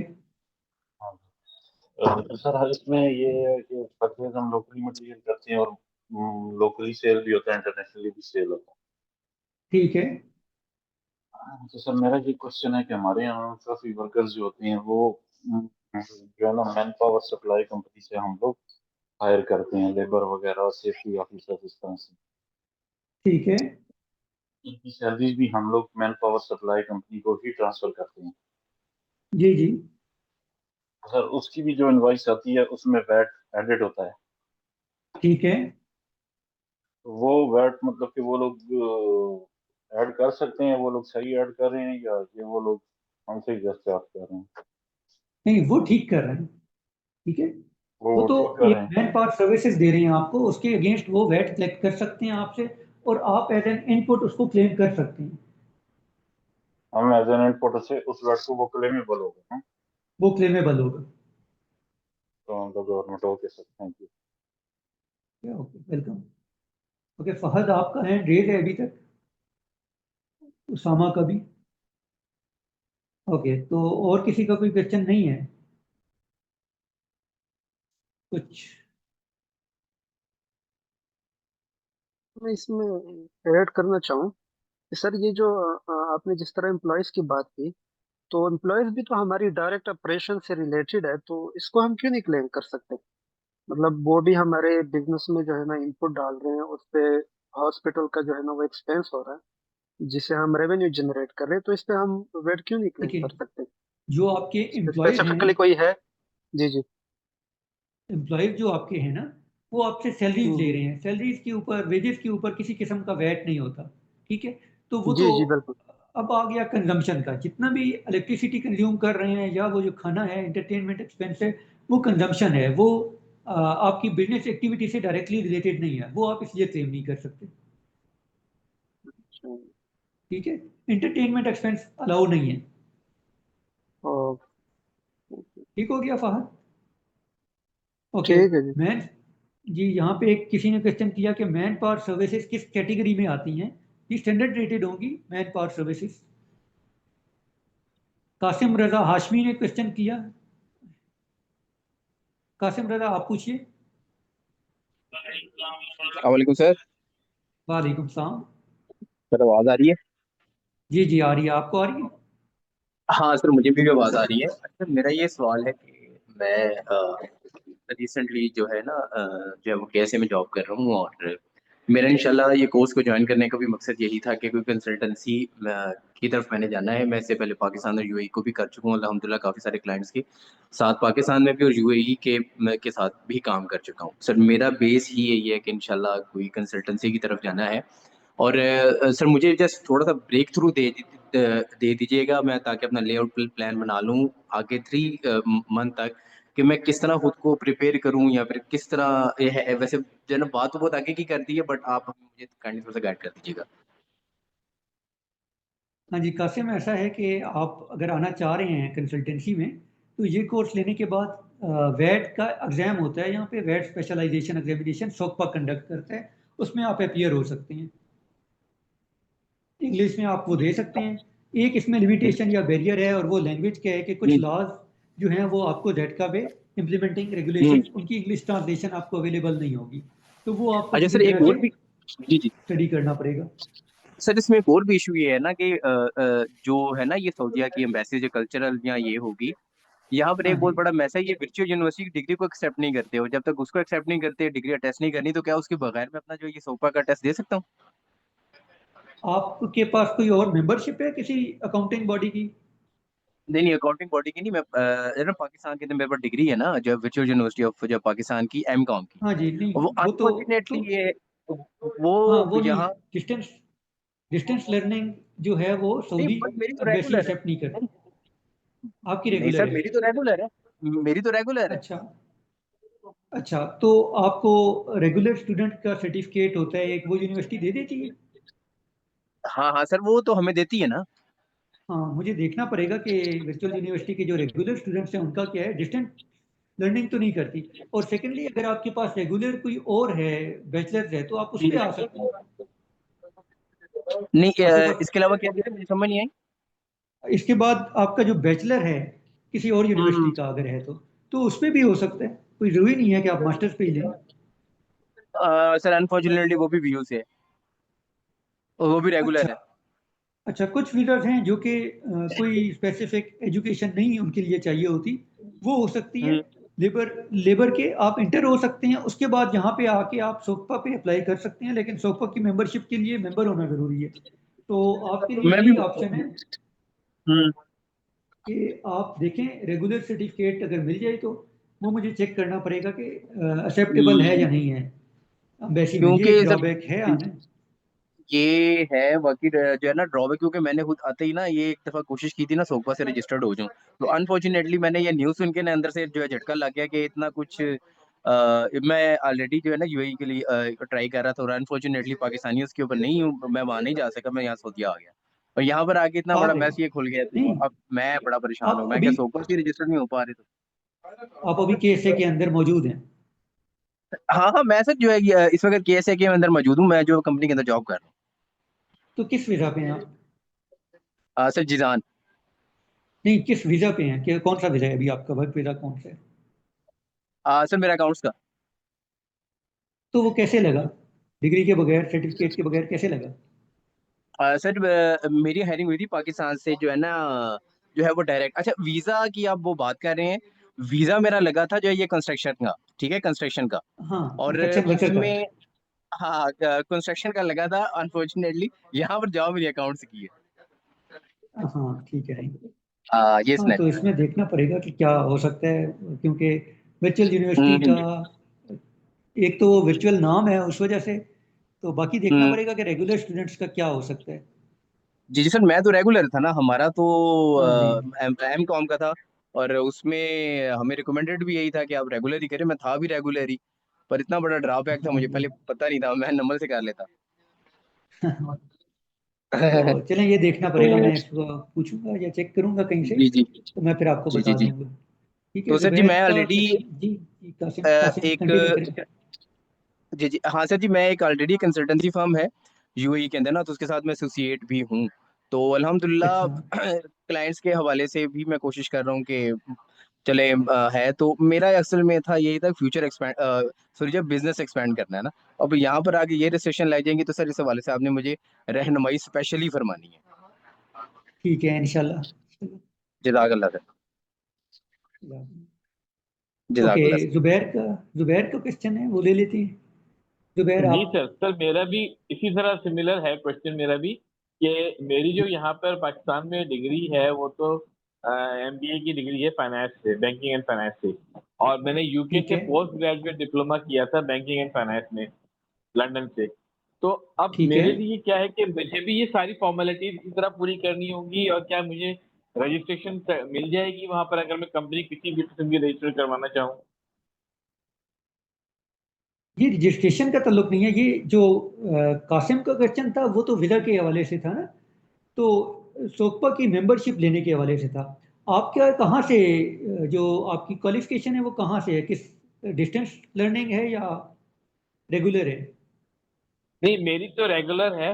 मैंने एमबीए यहाँ से रेगुलर किया था, और 120 क्रेडिट्स का जो है मैंने यूके से रेगुलर किया था, वहीं पे यूनिवर्सिटी ज्वाइन किया था मेरा तो रेगुलर है। ठीक है। तो उसी तो में मुझे भी सब्जेक्ट्स कौन सौंपा से कि थे? Banking and subjects. फाइनेंस के थे, फाइनेंस फाइनेंस से रिलेटेड थे सारा, बैंकिंग एंड फाइनेंस। ठीक है, अकाउंट्स वगैरह, अकाउंटिंग, फाइनेंशियल अकाउंटिंग। अकाउंटिंग बिल्कुल, फाइनेंशियल और अकाउंटिंग बिल्कुल जी। हाँ जी, आपको मिल जानी चाहिए, सोकपा की मेंबरशिप मिल जानी चाहिए। तो उसके लिए क्या मुझे क्या अप्लाई, मतलब कोई सर्टिफिकेशन वगैरह देना पड़ेगा, या क्या चक्कर होगा, टेस्ट देना पड़ेगा, तो क्या होगा उसके लिए? देखिए, मेरा जहाँ तक ताल्लुक है वो ये है कि अगर आप मेंबर हैं किसी बॉडी के, किसी अकाउंटेंसी बॉडी के, तो फिर तो ये होता है जी कि यहाँ पे आके आप अप्लाई करते हैं, अपने डॉक्यूमेंट्स देते हैं, वो किसी किस्म की वेरिफिकेशन वगैरह, यानी अटेस्टेशन नहीं मांगते, वेरीफाई करते हैं और वो इंडक्ट कर लेते हैं आपको। लेकिन अगर आपके पास सर्टिफिकेट है तो उसके कुछ क्रेडिट आवर्स की लिमिटेशन है कि इतने क्रेडिट आवर्स होने चाहिए उस सब्जेक्ट्स में। अगर वो आपकी कंप्लीट हैं तो फिर आप कर सकते हैं सोकपा की मेंबरशिप के लिए डायरेक्टली अप्लाई, नहीं तो फिर आपको पेपर्स में अप्लाई करना पड़ता है, अपीयर होना पड़ता है, क्लियर करने पड़ते हैं। अच्छा, तो ये ऑनलाइन, ये इस पे इंटरनेट पे मिल जाएगा मुझे कि कितनी रिक्वायरमेंट है, कितने क्रेडिट होने चाहिए, वो रिक्वायरमेंट हाँ मुझे जी, ये इंटरनेट पे मिल जाएगी? जी आपको सोकपा की वेबसाइट पे मिल जाएगी सारी चीज़ें। अच्छा जी, thank you sir, thank you Mahmood साहब। बिल्कुल बिल्कुल। ओके, दो और हैं डेज हैं।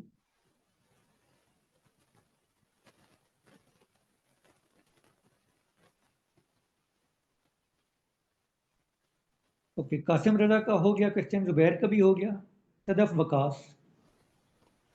अस्सलाम वालेकुम सर। सर वालेकुम सलाम। I miss the first part, मैं थोड़ा सा किया था। उसमें आप रजिस्ट्रेशन और सारा कुछ बता रहे थे रिगार्डिंग बिजनेस। सर मैं एक बिजनेस करती हूँ टेक्सटाइल्स का, एंड मैं यहाँ से भेजना चाह रही थी फैब्रिक वहाँ पर। तो मुझे उसका कुछ भी ABCD नहीं मालूम है कि कहाँ पर भेजना है, and then for that reason I just thought of picking up this course कि how this gonna help me. तो आप मुझे प्लीज थोड़ा सा गाइड कर सकते हैं कि क्या किस तरह हो सकता है और क्या चीज़ें, ओवरऑल व्यू। ये डिपेंड करता है कि आपके यहाँ पे क्लाइंट्स कौन से होंगे, बिजनेसेस होंगे जो कि वैट रजिस्टर्ड होंगे, या कंजम्पशन के लिए भेजना है जो कि कंज्यूमर्स होंगे जो वैट रजिस्टर्ड नहीं हैं। और दूसरा, क्या आपकी इन्वेंट्री यहाँ पे एग्जिस्ट करेगी आपकी सेल होने से पहले या नहीं करेगी? ये एक इम्पॉर्टेंट क्वेश्चन है।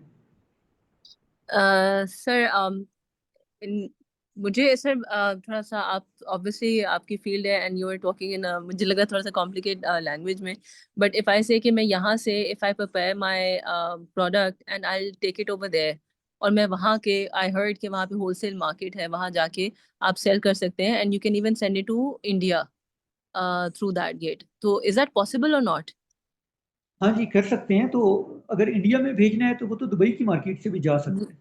जी, दुबई की मार्केट से ज़्यादा, लेकिन यूएई में अगर एक ही जगह पर, जैसे मैं अगर यूएई में होलसेल में लेकर आना चाहती, तो होलसेल का क्या होलसेल मार्केट जो है उसका क्या क्राइटेरिया, और क्या किस तरह किसके साथ एसोसिएट हो सकती हूँ, कि मैं पहले पहले प्रोडक्ट तैयार करूँ और फिर लेकर आऊँ, या पहले किसी के साथ एसोसिएट हूँ फिर वीज़ा लगवा के और सारा कुछ लेकर आऊँ? व्हाट अच्छा, विल बी द यहाँ पे प्रोसेस? जो लोग इस तरह का करना चाह रहे हैं कि यहाँ से एक्सपोर्ट करें, तो यहाँ पे कुछ जोन्स हैं, वहाँ पे लाके वो इन्वेंट्री रख भी सकते हैं। और उनको, अगर इसका पर्पज ये है कि आप एक्सपोर्ट करें कि ऐसे ऐसे बाहर, तो फिर आप पे ड्यूटी भी नहीं होती, कस्टम ड्यूटी भी सस्पेंड कर दी जाती है और वैट भी आप पे नहीं होता। तो किससे कहाँ से बाहर? कुछ यहाँ पे जोन्स हैं, फ्री जोन्स हैं जी जी केएसए के अंदर, सऊदी अरेबिया के अंदर। अगर जी आपकी जी इंटेंट ये होती है कि आप सऊदी अरेबिया से बाहर एक्सपोर्ट के लिए कोई इंपोर्ट कर रही हैं, तो फिर ये होता है कि आप वेयर हाउस में रख भी सकती हैं और कस्टम ड्यूटी सस्पेंड होती है उधर, और आप जो वैट है उसके लिए भी आपको कोई वैट पे नहीं करना पड़ता।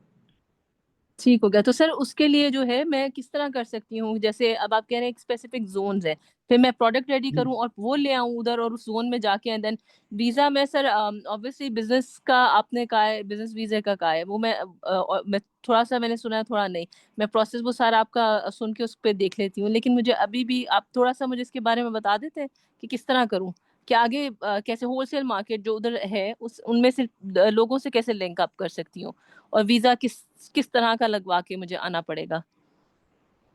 अच्छा, बिजनेस वीजा होता है, अगर आप यहाँ पे इन्वेस्ट कर रही हैं, कोई कंपनी बना रही हैं, तो फिर आपको उस कंपनी के वीजा पे इंटर हो सकती हैं, ये सर यहाँ नहीं, पे रह भी सकती हैं। सर मैं हाँ जी, कंपनी नहीं अभी आप, बनाना चाह रही, मैं अपनी अच्छा, इधर ही पाकिस्तान में ही रहना चाहती हूँ, बट मैं उधर बस एक्सपोर्ट करने के लिए आना जाना चाह रही हूँ, बस कि मेरा वहां चला जाए सेल होने के लिए। हाँ जी, हाँ जी, आप बिजनेस वीज़ा पे आ सकती हैं, यानी विजिट करें उस पे, और कॉन्फ्रेंस अटेंड कर सकती हैं या मीटिंग अटेंड कर सकती हैं क्लाइंट के साथ, तो ये हो सकता है। बाकी वीज़ा की जो डिटेल्स हैं वो मुझे देखनी पड़ेंगी, क्योंकि मेरी जो फील्ड है वो टैक्सेशन अकाउंट्स की है। मैं आपको रेफ़र कर सकता हूँ वीज़ा के लिए। बाकी रह गया कि यहाँ पे इस तरह की क्या स्ट्रक्चरिंग होगी ट्रांजैक्शन की, तो वो इन डेप्थ देखना पड़ेगा कि कौन सी प्रोडक्ट क्या है, उसके क्लाइंट्स क्या हैं, और एंड यूज़र कौन सा है, क्या केएसए के अंदर कोई एंड यूज़र है या आउटसाइड केएसए जा रही है, और अगर आउटसाइड जा रही है तो कैसे हम ट्रांजैक्शन को इंजीनियर कर सकते हैं सो दैट हमें वैट भी कम से कम पे करना पड़े और हमें बाकी टैक्सेस भी कम से कम पे करने पड़े। जी सर मुझे इसके लिए कौन जो कंसल्टेंसी की जो है सर्विस कहाँ से लूँ, जो मुझे बता सके मैं किस तरह बिजनेस का पूरा जो है एक रोड मैप मुझे बना दे, एंड कनेक्ट भी कर दें, रादर कि मुझे जो वेंडर्स हैं उनके साथ कनेक्ट कर दें, क्योंकि इट्स सर खुला लूज फैब्रिक भी है, एम्ब्रॉयडर्ड and even stitched भी है, so what is the exact requirement, even I don't know that, so the one who are sitting in the market and then the need of the market वो मुझे बता दें, तो मैं किससे consult करूं इस चीज़ के लिए स्पेसिफिकली? मैडम, ये तो हमारा एक कोर्स है, इसके आउटसाइड मैं कंसल्टेंसी की सर्विसेज देता हूँ। आप आईसीटी पेशावर जो है इनसे रब्ता कर सकते हैं कॉलेज से, और ये आपको मजीद गाइड कर देंगे। अच्छा, वो तो ठीक है सर। यूई या केएसए में अगर कंसल्टेंसी चाहिए तो आप उनसे डिस्कस कर लें, मैं देता हूँ यहाँ पे, और यूई में भी मैं देता हूँ एक फर्म के जरिए से। ठीक हो गया सर, ठीक है, thank you sir. Welcome. Okay.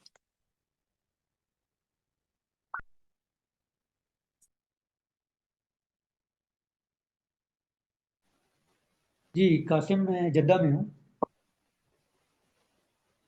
Okay, Waqas का क्वेश्चन है, वकास बताइए।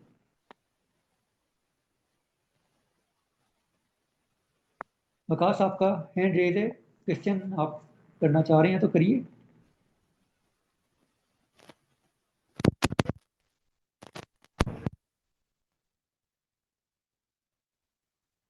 जी वकास, आपकी आवाज़ नहीं आ रही, आप माइक ऑन करें प्लीज।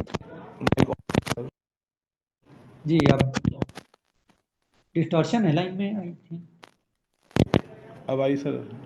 हाँ जी, अब आ रही है। सर ये मैं पूछ रहा था टेस्ट के हवाले से, जो टेस्ट बता रहे हैं टेस्ट में अपीयर होंगे तो हमें सर्टिफिकेट मिल जाएगा, तो ये टेस्ट ऑनलाइन होगा या फिर ये वहाँ पे आना पड़ेगा उसके लिए सऊदीया में? देखिए, दो मैंने बातें की, एक तो वेट एक्सपर्टिशन जो स्पेशलाइजेशन सर्टिफिकेट है उसकी बात की, और दूसरा मैंने सोकपा की मेंबरशिप की। सोकपा की मेंबरशिप उन लोगों के लिए मैंने मेंशन की जिनके क्रेडिट आवर्स अकाउंटिंग के नहीं हैं, सही है। या वो किसी अकाउंटिंग बॉडी के मेंबर नहीं है, तो वो यहाँ पे आके सोकपा के एग्जाम्स में अपीयर होंगे तो हो सकता है। उनको पहले यहाँ पे एंटर होना पड़ेगा, एल्स वो नहीं कर सकते। ठीक है, यहाँ तक ताल्लुक इसका है कि वेट की स्पेशलाइजेशन का आप उसका पूछ रहे हैं या आप सोकपा का पूछ रहे हैं? मैं वेट की स्पेशलाइजेशन का पूछ रहा हूँ। हाँ जी, वेट स्पेशलाइजेशन आप कर सकते हैं, यहाँ पे अगर आप इंटर हो गए हैं तो आप कर सकते हैं। ऑनलाइन होगा, रजिस्ट्रेशन वगैरह सारा कुछ आपको मिल जाएगा, सोकपा की वेबसाइट पे ये अवेलेबल है। ये मुझे देखना पड़ेगा, मेरे ख्याल से ऑनलाइन है आजकल। सर जैसे कि आपको पता है कि हमारी क्लास है नेक्स्ट 9 बजे, तो काइंडली थोड़ा सा वाइंड अप कर दीजिए, बस ये आपसे रिक्वेस्ट है। Thank you. जी, मैं भी वाइंड अप कर रहा हूँ। ठीक है वकास, आपकी लास्ट क्वेरी है, इसके बाद अतीक ने भी है। चलें अतीक, आपका लास्ट क्वेश्चन होगा, पूछ लीजिए। जी अस्सलाम वालेकुम सर। वालेकुम सलाम। सर अगर स्कूपा से वेरिफिकेशन लेनी है तो उसमें एग्ज़ाम जो है वो अरेबिक में होगा या इंग्लिश में होगा?